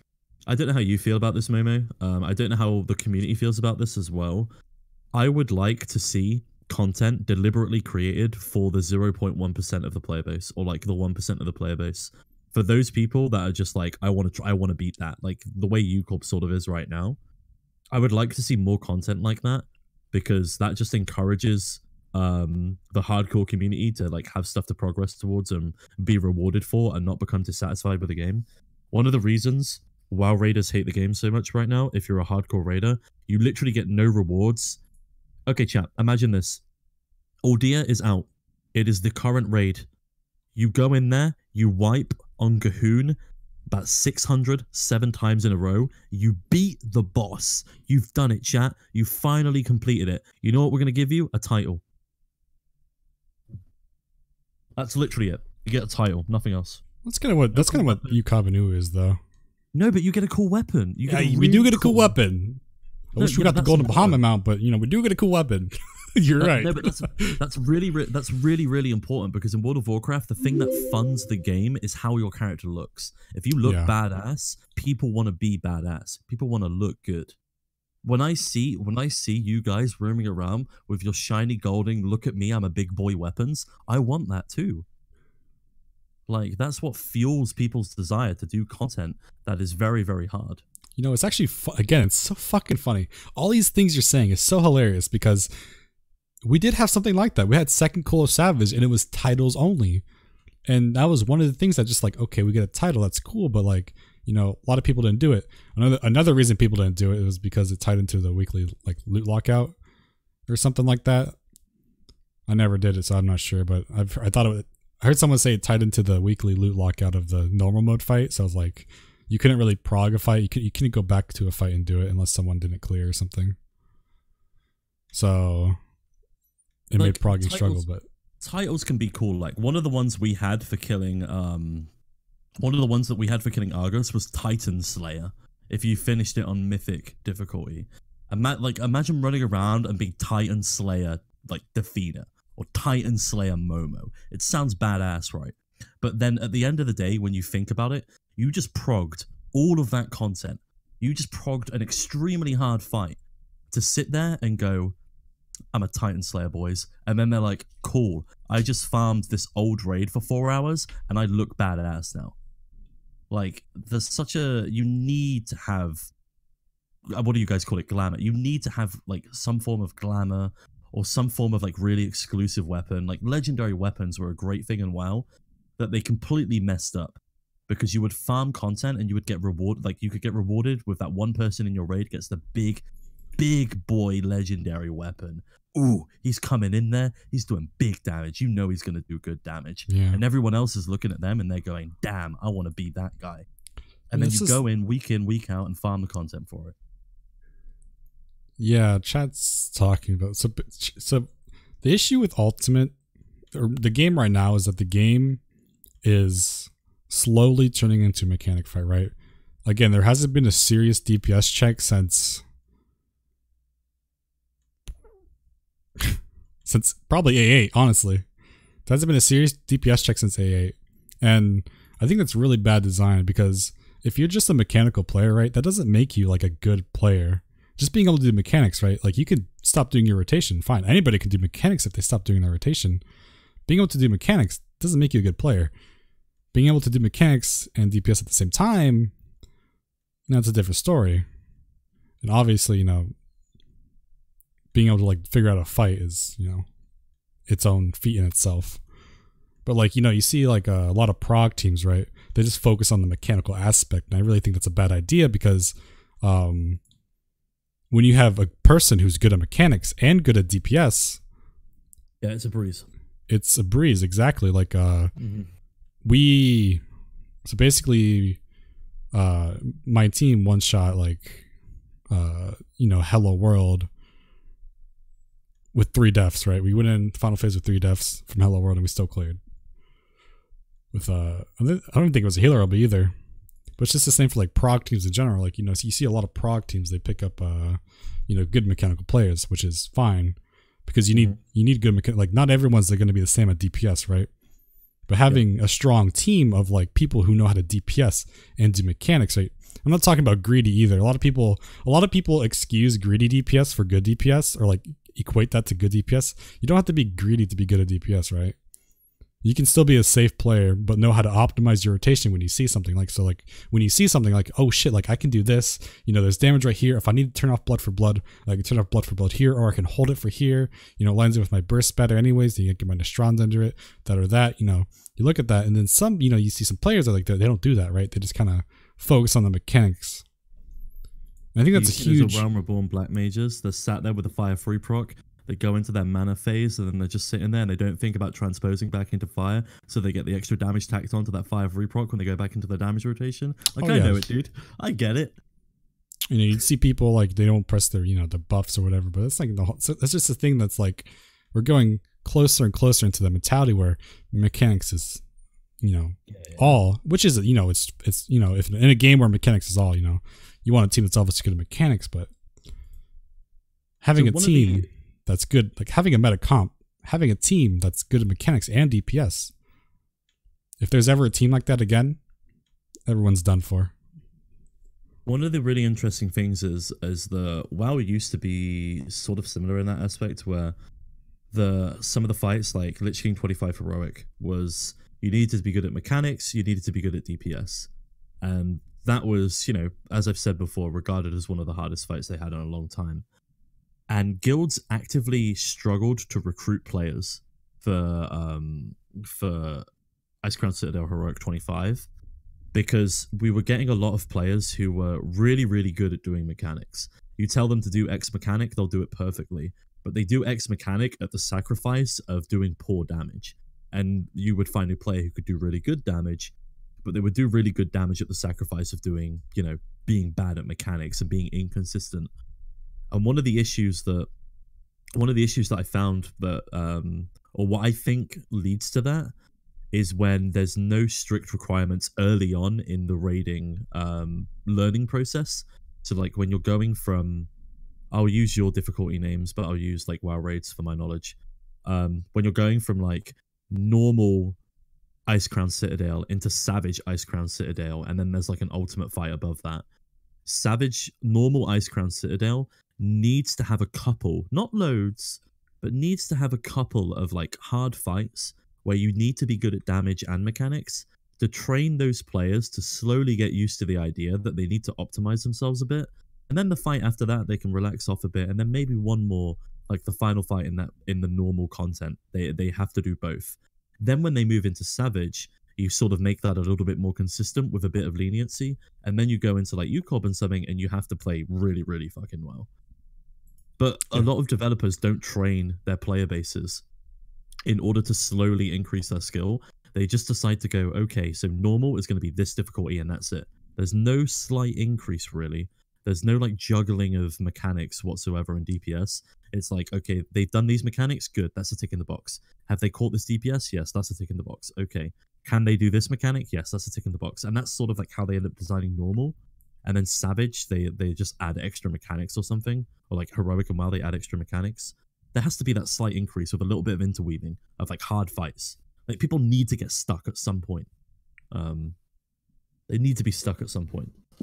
I think another thing is, right, most fights, you know, they're just there's no DPS pushes, but if you have a fight like UCOB and Uwu, good DPS makes a difference in a world prog run. The faster you kill a boss to get to the next boss, that's time you saved, and that adds up, you know, over 1,000 pulls, right? Say you save like, you know, 10 seconds on Twin versus another team, and you have like 1,000 pulls, right? Over 1,000 pulls, you know, that's 10,000 seconds that you saved just by having good DPS or better DPS than somebody like another team. Yeah. And it's the same, like it adds up over the course of a fight. Give a faster nail too, you know, faster Ifrit, faster Titan. The faster you kill a boss, the quicker you're going to see more mechanics.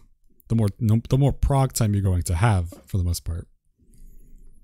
Absolutely. It's not really a thing in Savage because everything is like, you know, you push Omega past the point, right? It doesn't, you know, it does the same mechanics every time. But like in a fight, like, you know, maybe A8, like anything with like a phase push, right? The more DPS your team has, you know, the more prog time you can make. So somebody says that Final Fantasy has a different philosophy because story content is locked behind normal raids. And I completely understand that. Like, story content is locked behind normal raids.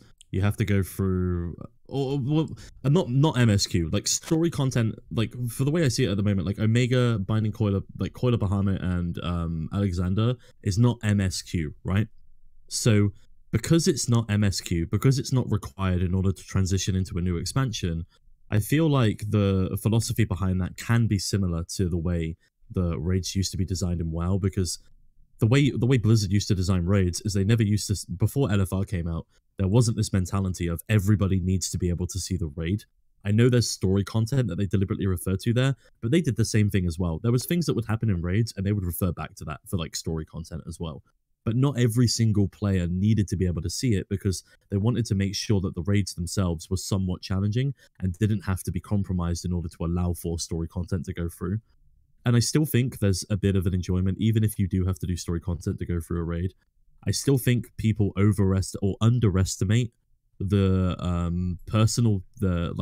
the value on personal satisfaction of being able to complete a fight. That's a huge driving factor as to why people do raiding in the first place, or to why people even step in that. A WoW player would look at something like, you know, normal Alexander, and they would see the fact that it's not MSQ, like it's not required content, And an older WoW player would probably be okay never seeing that raid. They would probably look at that and go, okay, it sounds like it's really cool. I guess I might never see it though if I don't ever get to do for it because it's too hard. I might need other people to do that. But if you're stuck on a boss, and this is going to sound really, really elitist, and everybody can hate on me afterwards for this. I genuinely believe, and I am an old school MMO player, I genuinely believe that when it comes to raiding, if it's not a requirement to go into the next expansion, I genuinely believe that you're not entitled to see the content. Like, if you can't kill the first boss there, that's your own fault. Or that's your group's fault. Like, personally, that's how I feel, though. I know a lot of people will disagree with that. I think a lot of people are misunderstanding what we're saying in the first place. Is when we're talking about these strict requirements, we're not talking about Savage, right?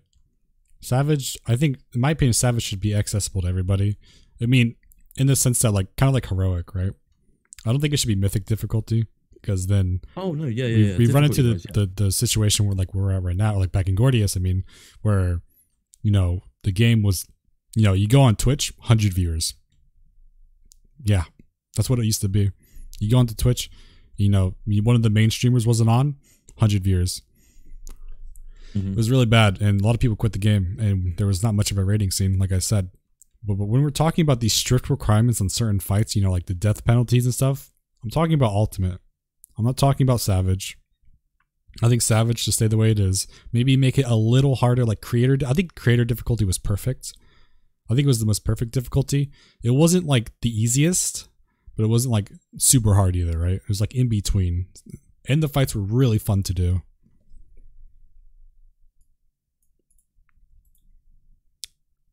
I think the most interesting aspect out of all of this is that when you do a side-by-side comparison of like the philosophies that Square Enix uses to design a raid, and how I'm gonna call them modern Blizzard because I don't like them. How modern Blizzard like designs a raid, and like designs the whole experience of their game. There's a very, very clear difference between Square Enix introducing raid mechanics early on in the game, even during like story leveling up and in dungeons. They introduce you to these mechanics to get you used to the idea that there's going to be something that you're going to have to be dealing with. So I actually think, for the most part, I would argue and say that most Final Fantasy players, if they've cleared normal, have probably done harder content than like the average WoW player. Because for WoW, there's not really a big incentive to go into raiding. So for the most part, if all you really want to do is see the story, you only have to go through LFR, where the whole philosophy of that raid is deliberately done so that you can do it without really having to do mechanics whatsoever. You can get hit by a stacking thing that's supposed to be soaked by 3 people in Heroic. You can be 1 person, it'll take away like 25% of your HP. Nothing's going to kill you in LFR. However, if you're just trying to see the story content in this game, and you're going through normal for the first time, even though you might not be doing it synced or on like minimum item level, there's still very key mechanics that can kill you, and that's a punishment like method, and that teaches players. Yeah, it's not up to the same standard that everybody else is at like the higher end, but it's still an interesting like decision that Square Enix has done deliberately in order to train the casual player base to make them better, whereas Blizzard has sort of moved away from that and allowed the casual player base to sit in their rigid zone of being able to see everything and not having to try for it. And there's always going to be like the argument of back in my day, you know, people didn't have access to guides or anything like that. But I think one of the issues is that when you have players who don't want to learn, it's not the same as like your player base is. It's not the same as like your player base is like legitimately bad. It's just you have a player base sometimes that is ignorant to the idea of like learning new things, and generally those players are the ones that end up dropping off and leaving games because they can't do content. So when you have like guides available and whatnot, being able to take advantage of those guides is just an aspect that everybody should be doing if they're interested in doing the content. Because if you're progging with 7 other people, you're wasting 7 other people's time if you're not actively trying to learn and figure out how to do something. And that's the benefit of being a social MMORPG. I don't know if that sort of like answers someone's question on sort of like the design philosophies, but I feel like Square Enix does it much better than World of Warcraft does by quite a fair bit. Yeah, like Sorry. Yeah, like I'm not sure about WoW, but like most, like if you do dungeons and you do like you know, like normal modes, I mean, even if you do extremes, right, you're pretty much seeing like most of the mechanics, right? You look at the, you know, oh, big eye mechanic, right? 99% chance that's a look away mechanic. I always you see you see a stack, like you see a giant circle in the sky, you know, with arrows pointing down. You know, that's a stack mechanic for the most part. There's some outliers maybe, but like generally, like, you know, it's gonna be a stack mechanic. And it's just the same thing. Like there's like most of the mechanics that you see in normal mode, dungeons, you know, whatever, they're gonna be the same in Savage. Which is good because that's not the case in WoW. There's no universal indicator of X mechanic that's going on, which is, and I don't want to hit the thing I want to get across right now is that before like, I know we've talked a lot about like the comparisons between raiding and WoW and raiding and Final Fantasy. I do firmly believe that it's hard to compare the two because the raiding environments are so different and the way the bosses are designed are so different. Like the closest one I could think of was one that was almost directly mirrored to yours, but that's like one example out of many different fights and many different fight styles in WoW. I think the difference between like WoW raiding and Final Fantasy raiding is like the individual aspect placed on the group aspect. The checks in World of Warcraft can be quite extreme sometimes in when you're progging for the first ever time. Some of the checks, especially HPS, which you guys don't really focus on, HPS is a really big deal in WoW. Like HPS on prog is a big deal. HPS on farm, no one really cares about. It becomes DPS at that point. But during prog, HPS is like a huge deal. And if you're going into a fight and you're experiencing it for the first time and you're not hitting these certain checks, like the group as a whole is not hitting these certain checks, like you're just not going to get through the fight whatsoever, no matter how good you are in mechanics. And that's where people come in and start talking about like the RNG upgrades in item level that allow you to push through mechanics and like skip stuff and whatnot and never learn. That's one of the ways that the game is like having its downfall, and why I think Final Fantasy raiding is somewhat better, because you can't skip mechanics. You can at the end of an expansion, you can with Echo, right? But it's actually, you can't. I guess that's where we disagree. I think. Okay, sure. I think skipping mechanics is actually one of the more interesting aspects of the fight, because when you see something like on prog, yes, okay, even I mean in prog and outside of prog, right?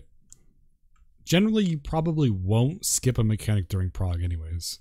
But when you're like max eye level, you will. Like in creator, right? No one really knew you could skip a certain phase because people weren't best in slot, right? I mean, we didn't even need to be best in slot, but you need like weapons, right? You need a little more gear, buff optimization, right? We didn't learn you could skip a certain mechanic till like week 2 or 3. And like I thought that was really interesting. Like during prog, I guess I don't know during prog, right? I guess I'm indifferent because I don't think any of my prog groups actually skip mechanics like the week 1. So I feel like I might be slightly misunderstood when I say about like skipping. The thing that I'm primarily talking about regarding skipping is like getting past a mechanic and not learning from it, whereas you are actually identifying a mechanic and then going, we can optimize to skip that, right? Whereas in WoW, because you're getting RNG item level upgrades and your whole group is getting these consistently as they're refarming older content, they can slam themselves into a fight like over and over and over and over and over and over and over again, and then they can not learn anything. They can use the exact same strat and they can still clear the fight because they're getting RNG upgrades outside of that in the farm content. So, but skipping mechanic is sort of the wrong word. I sort of mean like they don't learn from any of the mechanics, because eventually they just get so many RNG upgrades from previous encounters that they end up skipping that. They end up essentially like skipping that fight, right? I don't know. I hope that makes more sense. No, I get it. I mean, I can see how that'd be annoying for sure. I haven't really been in a situation. Maybe that's why. So I can't really say anything. Yeah. I thought you were just talking about in general. Yeah. Sorry. It just promotes like, in my mind, it just promotes like bad attitudes towards raiding and like bad mentality with learning fights. Because the mentality that a lot of people have developed nowadays, if they can't do a mechanic, they just go, Fuck it, boys. Let's go farm the previous Yeah, bosses like for the next there's couple of if you can weeks. skip a mechanic week 1 in the first place, that's bad design, right? Like that's Yeah. like that's maybe if you like super hardcore optimize, but like even then, like you still need to like you would still know about the mechanic before you can skip it. Yeah, but the thing is, it's mechanics that like you don't need to skip. Like you can just do the mechanic and get past it. But it's groups that are like so bad that they're like, okay, I'm just gonna, or they give up too quickly because they know they can RNG farm somewhere else. Mythic Plus was one of the things that enforced this, where dungeons go up in item level and they go up in level, so you can just refarm dungeons over and over and over and over and over again on like higher item levels. I think I saw Josh doing that one time. Yeah, Method Josh, right? Yeah, I think I saw him on stream doing that. So like for 8 hours Mythic, or some shit. It was crazy. yeah, so Mythic Plus will be like, let's say I do a plus 10. I'm going to use a Final Fantasy dungeon to make it like a little bit easier. Let's say I do a plus 10 the Airy. That means I'm doing the Airy on its hardest difficulty with a plus 10 modifier on it. So all the ads and all the trash are doing like, you know, like 400, 500% more damage and have 500% more HP, right? But you also have a higher item level than what was originally intended for that fight. So it's basically bumping the dungeon up to your item level, and you're farming that dungeon to get gear from that dungeon that is the equivalent of your item level. Now, the issue that gets created is that you can farm Mythic Plus over and over and over, get Titan Forged upgrades that are better than the raid content you are currently clearing, and then you can go into that raid content with better gear than you'll be getting from that content and smash through the encounter. That's sort of what I'm trying to explain, but I think you needed the context first. Yeah, someone was saying in chat, there was actually, there was a mechanic in a Savage fight that you could actually skip. It was very, very, very easy to skip, and I think it was probably one of the worst skips in the game. I honestly know to think about it. It was at the very start of a fight where you could push the boss. I think the zone was 89%. I think you had to push it between 89%, and if you didn't push between 89%, you got like a little small phase. But most groups actually skipped that because it was like, you know, crit RNG, or like, you know, not even hard to do if you did like an optimal rotation. And then you had other groups that were like struggling to do it because, you know, they didn't do the optimal rotation, and they got the mechanic, and it's just like, wait, what? It was 75%? No, I'm talking about the gob rush skip, not the boost.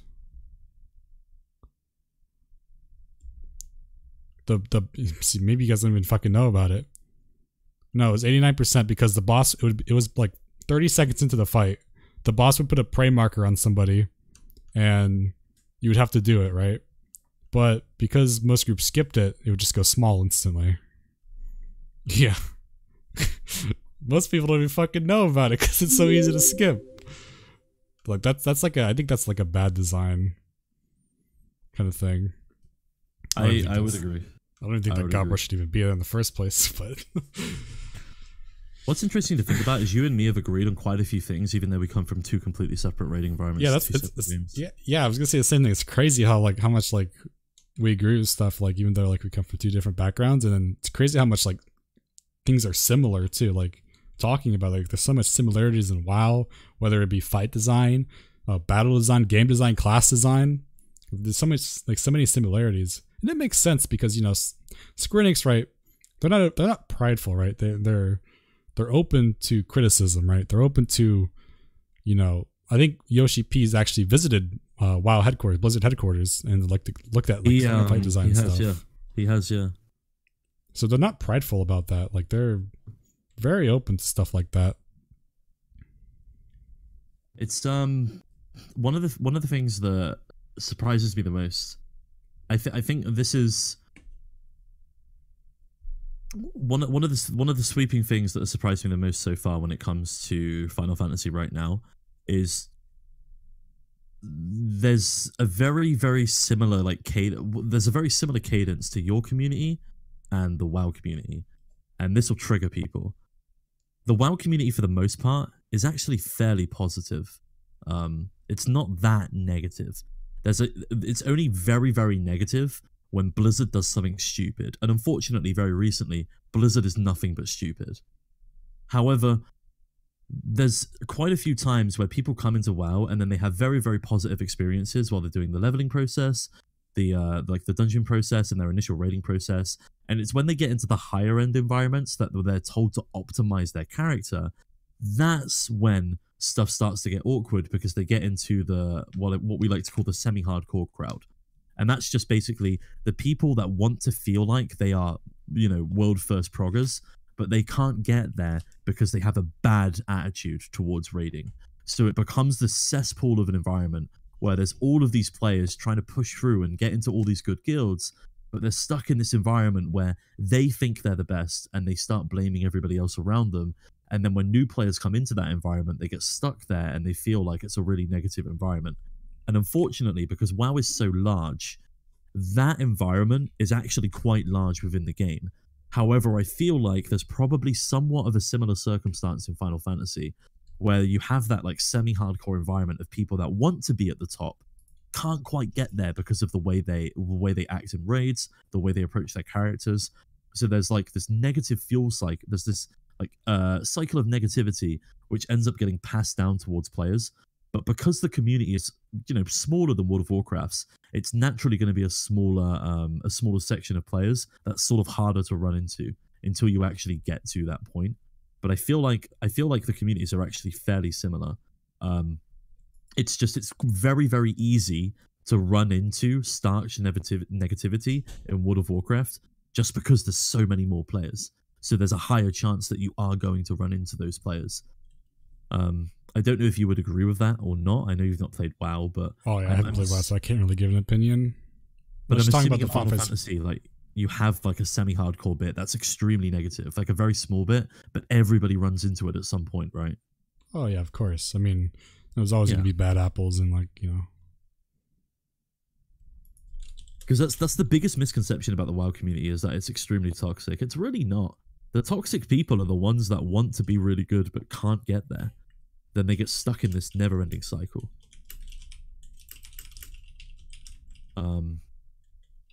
But that's like the main point. Yeah, no, I agree. Like that's like I have no idea like how WoW is, but it is perceived a lot like that, you know. Personally, like I've heard that like WoW is like, you know, like from friends of mine or like friends of friends, like I've seen like, oh, you know, the leveling up process is toxic sometimes, or like whatever. And it's like, you know, all I hear is negative things about World of Warcraft. Personally, I haven't played it before, so I can't really give an opinion.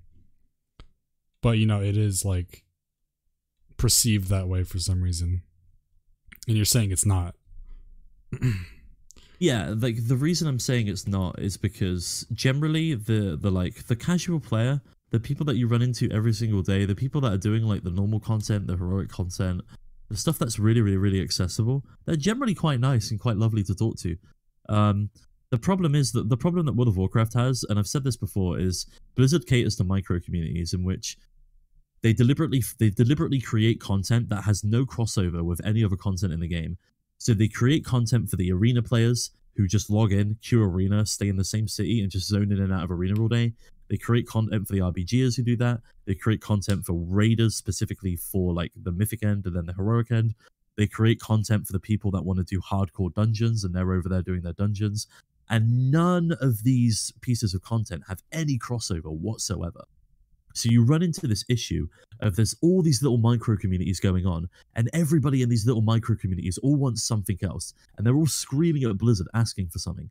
So when Blizzard ends up like streamlining content like they have now and implementing the content so that it's somewhat accessible for everybody, it's created this thing where everybody is going into raiding, everybody is going into Mythic Plus, but then there's this section in there where once you get past all the positivity, all the really, really nice people that are just enjoying the game, and then you start getting into the like, okay, we're really going to try hard now. That's when it starts getting super toxic. But then you can actually break out of that. Once you get out of that little toxic cycle and you get into high-end raiding for the most part, it's pretty chill. Everyone's quite nice. Because the emphasis is not on the individual, the emphasis is on the raid group and the guild as a whole. So like people will do whatever they can in order to benefit the raid group. A good example is lots of people that I know in raids, they've logged online for 7 o'clock, we've been ready to start prog, and then last minute we've had to go, okay, James, Michael, you guys are on the bench today. And they're like, oh, sure, that's fine. but guys, we need you to wait 2 hours in case we need you later on. And they'll be like, yeah, sure, I'm just going to do some farming for a bit. And they won't mind because the entire process is on the community and the guild in order to defeat the fight. Because there's no individual aspect in most of those fights. However, when you step down a level and you go into that semi-hardcore community, everyone wants to be the big dick DPS rogue.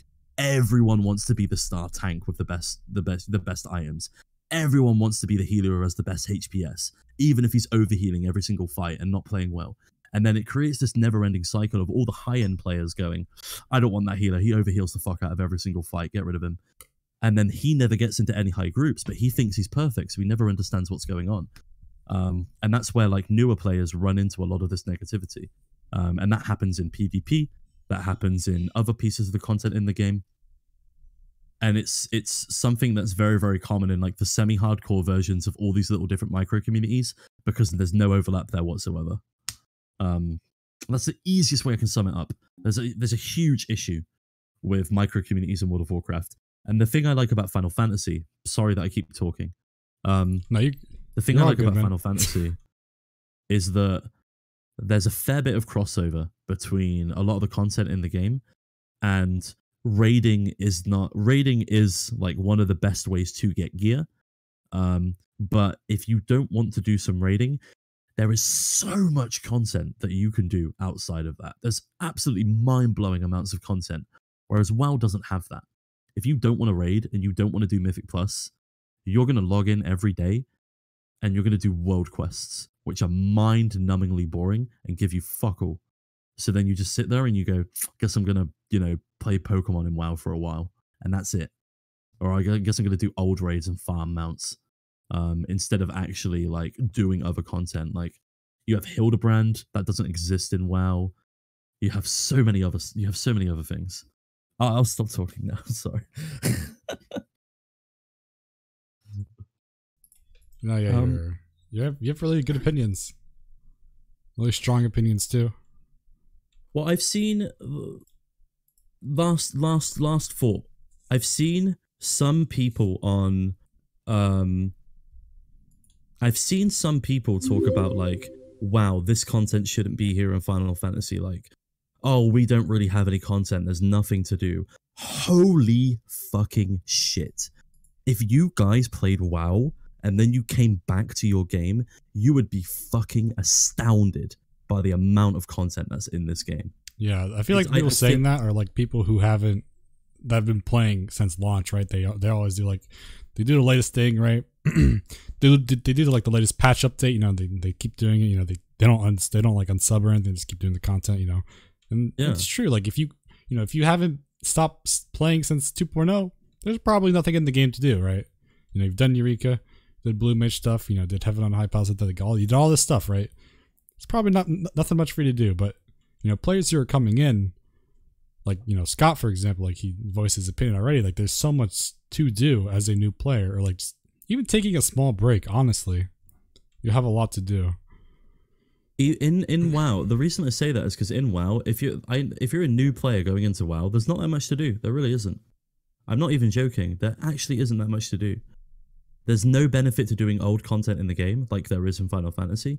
So there's literally no reason to do any other expansion apart from the current one. And the way Blizzard does expansions is they do them on a patch-by-patch basis. So you don't play the expansion, you play the patch. So once you've played the patch, you've run out of content. And that's a really, really bad design philosophy if you're creating an MMO. Yeah, if you guys haven't checked out Scott, go check him out. Look at Defina's message. He's awesome, as you can see, for the last 3 hours. It's been 3 hours already? Has it been 3 hours, dude? I could do this all day. It's been fucking so 3 hours, man. Dude, I want a podcast, man. I love talking. No, it's all good, man. Yeah, everybody fucking loves it. Apparently, like, look at Twitch chat. Like, everyone's like, "Holy shit, dude, this is so good." Upload it to YouTube. Like, it's guys. If anybody has questions for Momo as well, like, ask Momo questions too. Like, I'm happy to do questions, but ask Momo questions as well. Okay, I don't want to feel like I'm taking over his stream. Please. No. Please take over my stream. Like, I'm so happy to answer. Like, I know there's a lot of... I feel like... I don't know if this is right or not, Momo. You can probably answer me on this. I feel like there's a lot of people that have played Final Fantasy because it's a Final Fantasy game and they've not been into MMOs beforehand, so they have no experience of other MMOs. Yeah, actually, yeah. You said it's pretty right. Yeah, because there are so many things that I mention on stream that like doesn't exist in this that doesn't exist in other MMOs, and everyone's like, "Wait, what do you mean?" And I'm like, "What do you mean? Age of Conan didn't have this. Warhammer Online didn't have this. Fucking Terra didn't have this. WoW didn't have this. Dark Age of Camelot didn't have this. Like all of these MMOs didn't have any of these features." But I feel like that's because a lot of Final Fantasy players went, "Oh, I want to play Final Fantasy." And then they started playing that game, and they've never played any other MMO beforehand. So they take a lot of the systems that the game has for granted. Trust me, I've played almost every MMO under the sun in the last like 14 years. I've been playing MMOs. One thing that really gets me in this game is that people are very like, "Oh my god, dude, we get like no content. There's no patch updates." Dude, I played Terra. I was playing Terra when there was a content drop for almost a whole fucking year. Yeah, dude, we had that as well. We had if there's any WoW players in chat, if I even mention Dragon Soul, they'll know exactly what I mean by like having an entire year and a bit of literally no content. Same for Siege of Orgrimmar. It's the fucking worst. Yeah, it's like Final Fantasy 14. Like the worst time, like our longest content drop was 4 months, and that was at the start of Heaven's Word. Yeah. I mean, unless you count the fucking, pre-expansion, but I don't really count that because dude, that's amazing. Yeah. So like for the thing I like about Final Fantasy, right, is that you get content updates so regularly, even if the content is like for a lot of people they're gonna go, it's an Easter event. I don't really want to bother with that. But for me, I'm like, oh shit, it's an Easter event. Let's go. Like, I'm so hyped about that. The fact that you're getting regular content, it feels like every couple of months you're getting something new. And that's really, really exciting. To put it in perspective, for anybody who's not played MMOs before, to put it into perspective, I played Warhammer Online, really, really hardcore. There was one point in Warhammer Online chat, there was one point in Warhammer Online where I got no content updates for a year and 7 months. Deal with that. It was awful. It was absolutely awful. Yeah, if you guys are talking like of course like obviously the drop between 4.5 and expansion 3.5 expansion, like obviously that's longer, but I don't really consider that a drop because there's still main story updates. There's main story like Echo. Echo's like a whole new Savage is a whole new fucking game when there's Echo out. Like it's a whole new fucking fight. And like, they're getting ready for the expansion. I'm talking about strictly like between major patches, right? Like odd patches, even patches. Like the longest time we waited was like 4 months, and that was for 3.1 because they took a vacation because they were overworked themselves for Heaven's Word. And people actually baby raged about that. One of the interesting things is though, if you look into like if you track who complained and what they complained about over the course of like a traditional MMO expansion, one of the things you end up finding is that people aren't complaining about, oh, there's no content updates. People are complaining about, oh, there's no content update for me. It's not the fact that there's no content update. It's the fact that there's been a content update and there's nothing in that update that they specifically want to do. So they disregard that as a content update and they pretend it doesn't exist. And that's one of the big issues that a lot of people run into, is that the developers are actively out there trying to create content for all of the different communities that exist within the larger community. But people disregard the content that they end up creating because it's not the content that's specifically created for that individual. And that becomes like a big like tension point among community and why a lot of people end up lashing out after content drought. Hey Scott, what were your thoughts on stuff like Mr. Pandaria and WoD challenge modes? Blizzard made the dumbest decision in their entire lives by removing that. It was actually the most fun thing that they'd ever implemented into the game, and then they removed it from the game, and what they ended up doing was actively hurting a part of their community that was interested in speedrunning, and they replaced that with Mythic Plus, and they turned something that was enjoyable, fun, provided an interesting cosmetic reward that was limited, that the community enjoyed and provided a player bragging rights, and something that they could use to show off to other players with a monotonous system that increases in item level that might as well have been something that they implemented in Diablo because it's the exact same system. Did you see what Himu said about the Echo? The Echo? He said, "You want to hear Scott's? I want to hear Scott's opinion on the echo mechanic in raids." I fucking hate echo, but that's just because I just think of LFR, and we have something in LFR where if somebody wipes, the group gets a damage buff and a vitality and like a stamina increase, so that the next time they pull, they can probably kill it. And in LFR, there's literally no mechanics anyway. So if you wipe in LFR, you don't deserve to clear LFR. And then they just get this stacking buff of like constantly being able to clear a fight. I understand. Like I think Echo's fine in end game content.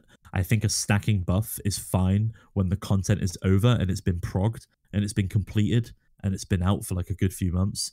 Because like Momo says, it adds a little bit of interesting dynamic of players being able to go in and see what they can now do with like artificially increased damage. You know, deliberately wiping X amount of times to see if they can skip a mechanic with X amount of damage. Like, it adds this interesting little replayability that doesn't really matter anymore, and it lets people have a way that they can farm for pre-expansion BIS, which for any of you who've ever wanted to go into an expansion and just like go really, really hard on it, getting pre-raid BIS is really, really important if you want to be like a world first runner. So having Echo available and being able to refarm fights and have it be enjoyable and not just, you know, boring, do this mechanic here, do this mechanic here, like try out new stuff, maybe bring in a class you haven't done before and just have fun with it. At the end of the day, I think Echo's fine in in-game because you're having fun with it, right? It's just when it's on other content that I start getting annoyed. Yeah, like if they ever added Echo to like Ultimate or something, I'd fucking quit the game. Not actually quit, but I'd be very upset. Yeah, like Echo and Ultimate is wrong.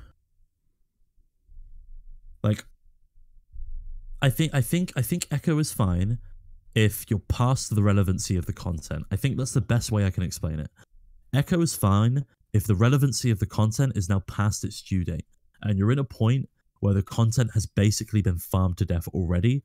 Then you're adding on this extra dynamic piece that you can do in order to re-enjoy that content. The good thing that Final Fantasy does is that you can click it off. So it's not an issue because it's an optional thing. If you want to go in there and you want to do a no echo run of X thing, you can click it off. The only thing they shouldn't implement it in is anything that is relevant. And I think, as Momo said, something like Uwu or UCOB, in my opinion, is like forever relevant. So it should never be in there. Yeah. If you guys have any more questions for Scott, say something in the chat, because we're ending the near of the interview that was impromptu and actually wasn't expecting. I was like, hey, we're gonna have like an hour of talking, you know, in the stream. You know, my stream time's ending anyways. It's 9:30, 2.5 hours past my stream fucking schedule, which is fine because time flew. I didn't know. Enjoyed it. That was fun. I hope you enjoyed it. Scott, did you do any ERP in WoW? Okay, let's keep it on topic. Did I do any ERP in WoW? When I was a kid, yeah, actually. Oh my god. Okay, we'll keep on topic. On topic. When I was 13. Oh my god, I'm muting you. When I was 13. Do you think WoW healers should start focusing on doing damage? Well, okay, go ahead. Go ahead and say something. Do you think WoW healers should focus on doing damage? If you're not doing can I quickly chat. This is a dumb question. If you're a healer in World of Warcraft and you're not doing damage when your damage abilities quite literally cost 0 mana. Really? Damage abilities don't cost any mana. The regeneration of your mana in World of Warcraft is higher than most damage abilities. You can spam smite as a priest in World of Warcraft and you'll go to 99% mana and then you'll tick back to 100 before the next smite goes off. So there's no reason not to do damage. It doesn't affect your mana whatsoever. That's fucking weird to me. Now, the difference is GCD heals are important in World of Warcraft, right? So you're sacrificing a GCD heal in order to get that damage out. That's where it becomes a bit of a sticky situation. But you have to also remember that there are very, very long cooldowns in World of Warcraft. So what can end up happening, especially when you have an optimized fight in World of Warcraft, is you'll deliberately let people dip to about 70%, and then you'll pop a healer cooldown in order to deal with like the big mechanic coming through while the healers are still DPSing. Similar to what you guys do here, but it happens way less often because the cooldowns are much longer. You mentioned that old content is very good in this game, but almost nobody does them synced anymore. Don't you think they should add more incentives to play older stuff synced? Incentives, yeah, but no requirements. Like, if you want to go through and do stuff synced and maybe get an achievement for it, that would be cool. But if you don't, that's fine because it's optional content. I don't think there should be a requirement for it at all. What's Scott's feelings on Eureka? He hasn't done Eureka, so I'm not sure, but I've started doing it. I like it a lot really? already. Ooh. Yeah, I love it. You love it. You know why? Yeah, you know why? It feels like old school MMORPGs where you didn't do quests and you just grinded all day. That's what I used to play. I love it. I really enjoyed it. You have a very hot take, my friend. But no. I looked at the design philosophy of Eureka because I was interested when I heard a lot of people didn't like Eureka. And then I looked at what Yoshi P was saying, and Yoshi P actually comes from a similar background as I do when it comes to MMORPGs. And he comes from a similar background where there were MMOs where you would go in and then the primary content of that MMO would be grinding specific mobs over and over again in order to achieve your level. So I feel like it's an extremely niche throwback that not a lot of people will enjoy. It's not convenient. It doesn't really add up to current day or like modern day standards, but it's fun for me to see again because that's the type of content that I grew up on for MMOs. And I feel like that's probably the same for him and a lot of other older players. Most people just end up doing fates though. I mean, that's fine. Like, hop on a fates fate train. Running around and doing fates is still a more social experience than BFA, so I love that. You're so toxic. I love it. Any more questions? Let's see. How do you feel about LB and LB cheesing? I've seen LB cheesing. I think that's clever use of game mechanics. Another hot take. Nice. I mean, I don't know the specifics of it. No. I mean, I also think it's like LB cheesing is cool, right? But it just ends up being this thing where once somebody solves LB cheesing, another team's just going to copy it. So it just ends up being one team doing all the work. I guess, but that's similar to like when somebody procs something for the first time and everybody just copies the strat and the composition. Yeah, like there's just like, it's like I've seen that happens quite a lot in World of Warcraft. It's just like I think LB cheesing is cool. I think it's shitty that people have to suffer like to do it, but and again, like if you're it's a team effort, right? Like if you're going for the fastest time, then you fuck it, right? Who cares about your personal DPS? I don't think I fully understand what LB cheesing is. From the last time I saw LB cheesing, it was a lot of people together stacking shields, taking a big mechanic that they normally shouldn't be able to take, and then generating LB off that, right? That's soft. I would say there's two different types of LB cheese. There's LB cheeses where you can do that, and there's also LB cheese where, let's say, you just take off gear, right? You take off your gear pre-pull, and then you switch it back on 5 seconds pre-pull because then you're like at because your HP is low. Oh, it's gonna be like at 10k HP. So you're basically taking lethal damage. You're taking lethal damage on purpose. Like you're purposely staying low. You're wiping constantly. A lot of groups don't like that. Okay, so that I don't like. So that I don't like. What I was thinking of was the shield thing that I saw in Alexander. I think it was, where everybody stacked. They had a ton of shield. Oh no, people were stacked with shields, and like one person took an ability to the face and like insta generated LB or whatever that was. Like that was cool. I was like, wow, that's kind of cool. That's like a sacrifice in order to get some LB. That seems really interesting. But what you just described sounds fucking awful. Yeah, people do it for DPS. Like you can get, for example, you can get 5 LB3s in 011, right? But normally, if you just do the fight normally, you're only going to get 1 LB3. Okay, so that's too complicated for me to answer them because I've not seen enough of it. He hasn't rated in this game yet, so you can't really ask him like stuff like that. I haven't seen enough of it. Yeah.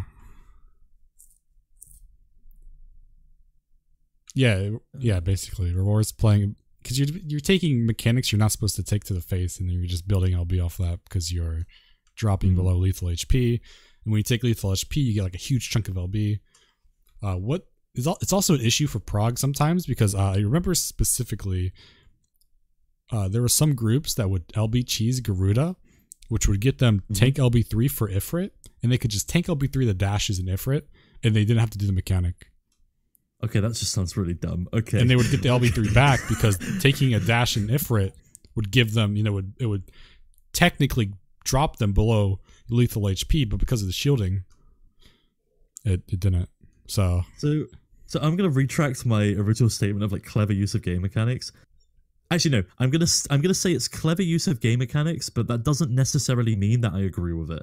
I think it's clever that people thought of that, but I don't necessarily agree with it. Different classes aren't hard, but when you have something like that during prog, it's a very big thing because it lets you see the mechanic without dying, and you can keep continuing the fight afterwards. So it's pretty huge. And it's the same thing there. Well, the thing there, Flixie, is that we didn't have the LB cheese to do that. But yeah, you could do that. You could LB cheese, like you could you could LB3 Heaven's Fall. If 2 people died, you get like a full LB2 back, and if you live through the Giga Flare, you get an LB3. I mean, technically, you could cheese that if you're like super fucking, crazy, but most people just do the mechanic correctly. Somebody said, does Scott have any tips for new players as they approach the end of their first set of MSQs? If they're talking about a Realm Reborn MSQ, I'm near the ultimate weapon and I just want to prepare. Don't panic about any MSQ fight whatsoever, because they're actually not that bad unless you're doing some of them on like minimum item level with a preset group for the first ever time. Like maybe you'll die to a mechanic if you do that, but I wouldn't worry about the patch quests at all. Just grind through them like you would any other thing ever. Like grinding through the patch quests isn't actually that bad. I just got a little bit frustrated when I was doing stuff that was very, very, very clearly filler that had no like relevancy whatsoever. But in complete honesty, I think the patch quests for A Realm Reborn do have some like interesting narrative points. Some of the fights there are really interesting as well, so just enjoy it. There's really nothing else to say. As long as you're not concerned with hitting max level very, very fast, then just enjoying the patch quests is fine. And if some of them are boring, skip them. Just skip the dialogue if you find it boring. Like, you don't have to read the dialogue. No one's forcing you to read the dialogue. I read it all, but if you're not enjoying it, just skip it. It's not a problem. No one's going to know. That's between you and me, okay? All right, so probably going to do 3 more questions here. I see yours, Linkster, but before we get to yours, Linkster, I want to say, because this is a pretty interesting topic, how do you feel about DPS mentality in this game? What I mean by that is, how do you feel about the, tanks, boom, how do you do, tanks doing as much DPS as they can, staying out tank stance, not actually using a tank stance, but they have cooldowns, right? And then healers the same thing, you're minimizing your GCD heals, maximizing your DPS spells. How do you feel about that mentality? So the tank one I'm not surprised about as much, because tanks in WoW is all about doing damage now. That's literally what WoW tanking is now. It's how do I optimize my damage to do the most damage possible during this fight and keep up my mitigation. That's pretty much tank in a nutshell. The only difference in WoW and Final Fantasy is you don't have to sacrifice defensive ability to do damage. They deliberately make some tanks do more damage than other tanks. So if you want a little bit more defensives, you can switch to a Guardian Druid. If you want to do a little bit more damage and risk it, you can probably switch to a Warrior Pop Avatar and go in on a boss, right? That's how they do that. In this game, I'm not surprised by it. The one that surprises me the most, as I believe I've told you before, is the healers. I still don't know how I feel about healers. The fact that you have to optimize damage on a healer, and the way you do it is through not using GCD heals, is very, very foreign to me, because every single MMORPG that I've played outside of Final Fantasy, healers are primarily GCD focused. So that's the one that confuses me the most, although I see why it exists because of the way your fights are designed. So the greeding on DPS on healers for me is odd. I'm still not 100% sure how I feel about it. But for the tanks, I completely understand. And for the damage dealers, I completely understand, because what's the point in being a damage dealer if you're not going to like go for big deeps, right? Even if you're a support damage dealer, like let's say you're playing Bard, you're still comparing, like if you're like me, you're still doing damage, and you're going, oh, that's better than most other bards. I know I'm doing good. Like, you're feeling good about it. Yeah. But yeah, the healer one, I really don't know how I feel about healers. I need to play one, I think, in order to get a full understanding of it properly. Like, I've got Astro and done like a fair bit on that with like Palace of the Dead, but that's not relevant content enough. And obviously I watch you all the time. And I really don't know how I feel about not using on GCD heals. It seems so weird to me. But maybe that's something I'll get used to when I actually do it myself. Okay. Somebody asked, how do you feel... Oh, fuck, did I lose it? Oh, here we go. What are your thoughts on deep dungeon as content? Would WoW benefit from that? By deep dungeons, do they mean like Palace of the Dead and Heaven on High? Yes. I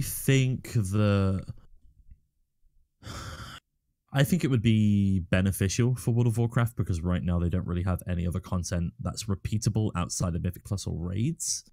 So like adding an extra form of repeatable content would be good. However, I don't see the player base doing it unless there's a good reward at the end of it whatsoever.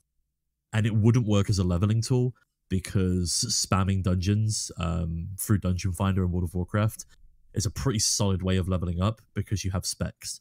So if you're a monk and you just decide, I'm going to spec tank and level up in tank, and then I'll go DPS when I hit max level, like it's not really a big issue.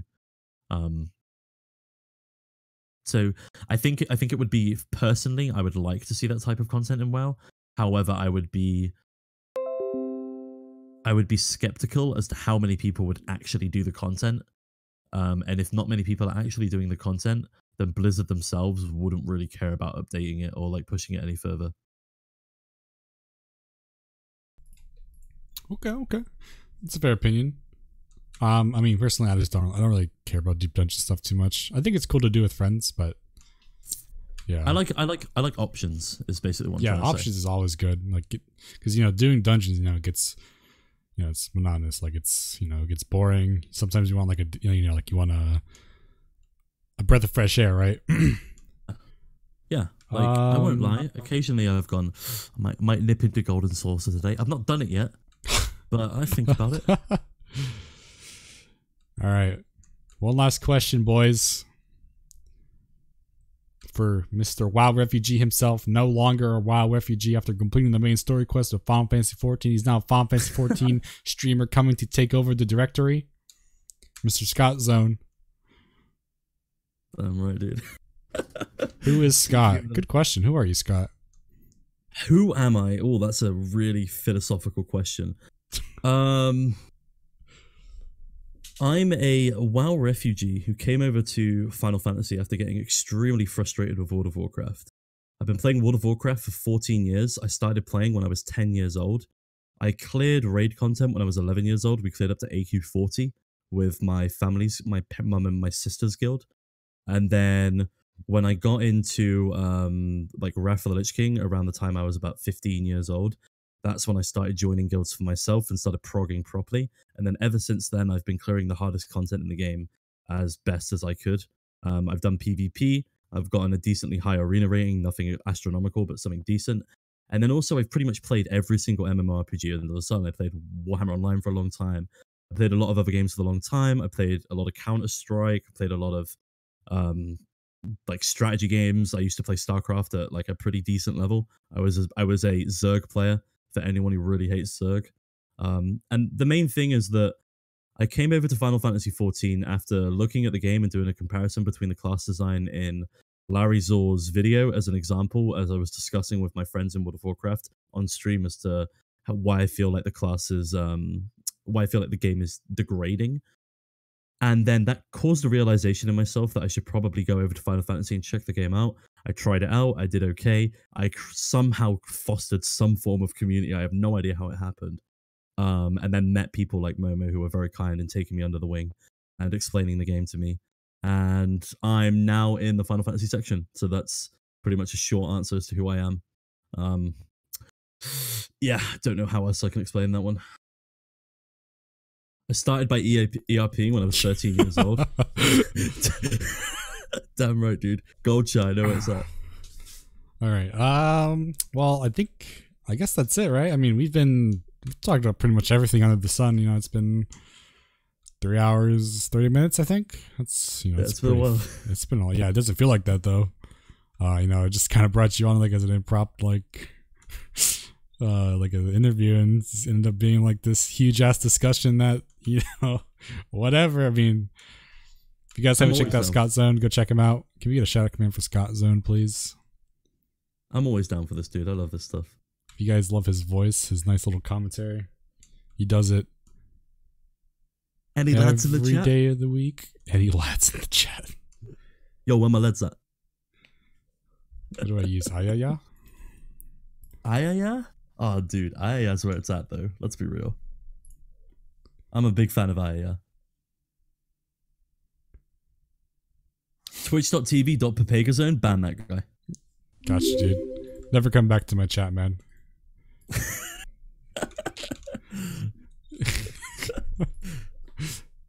But yeah, thanks for talking to me. It's been a really interesting conversation. I'll have it uploaded to YouTube. Probably tomorrow, maybe. Tomorrow or the weekend for sure. I'm not sure how long. I might just upload it from Twitch. Save me some hassle because I'm not sure how long a 3 hour, 30-minute video is gonna render. Screw editing it, man. Yeah. There's not much to edit either. I mean, I'm sure people want like the full, like, you know, VOD. They can listen to it as like a podcast or something. I can't wait. You know, it's going to be uploaded to YouTube. It's going to have a giant black screen saying Scott interview.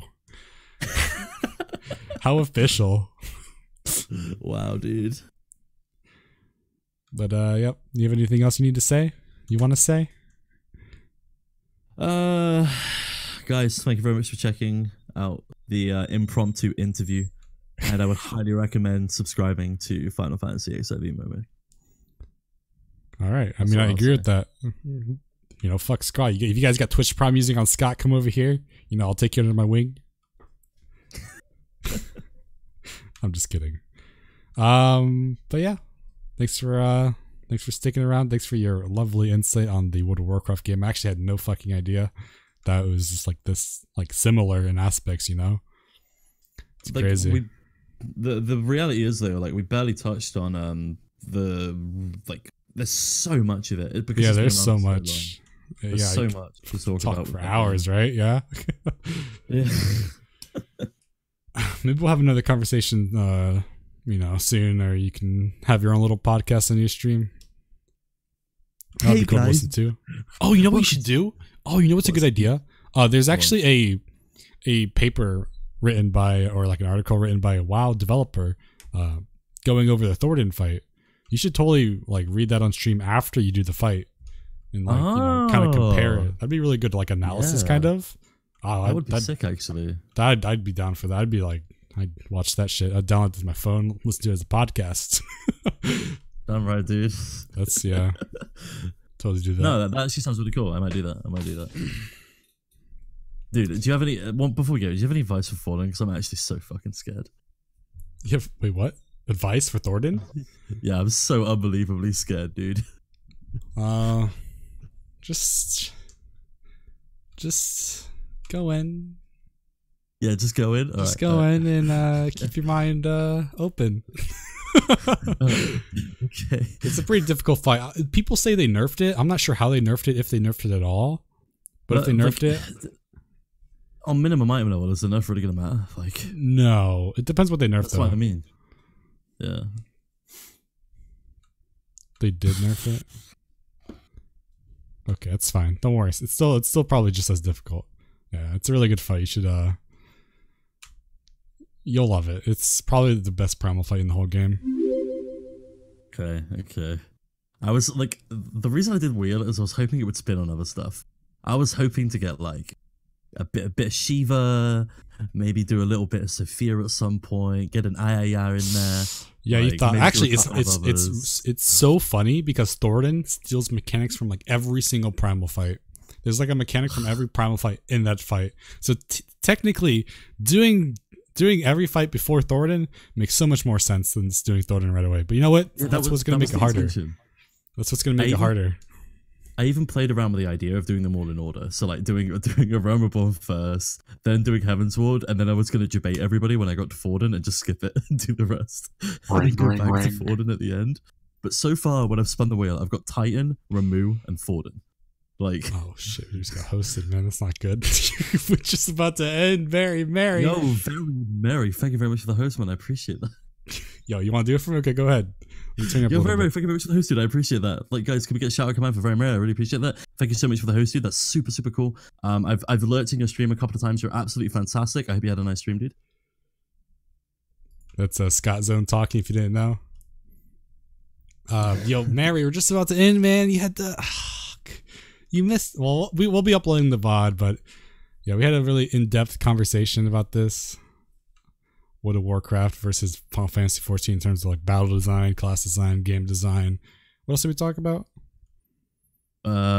We talked about a lot. We talked about a lot, yeah. A lot, yeah. But yeah, thank you so much for the host, Very Merry. We're actually about to end though. I'm so sorry. I'm so sorry. Please forgive me.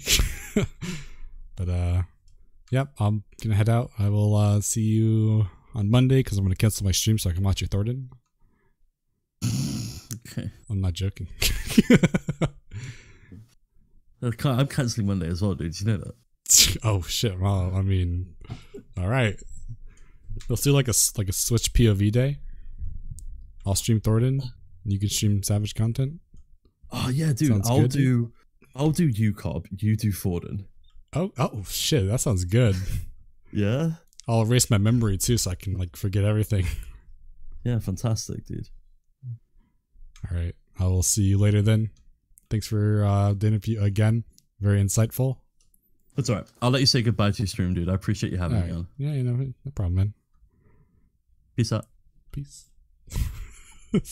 Scott's the best, man. What a cutie. If you guys haven't checked out Scott again, this channel is Scottzone.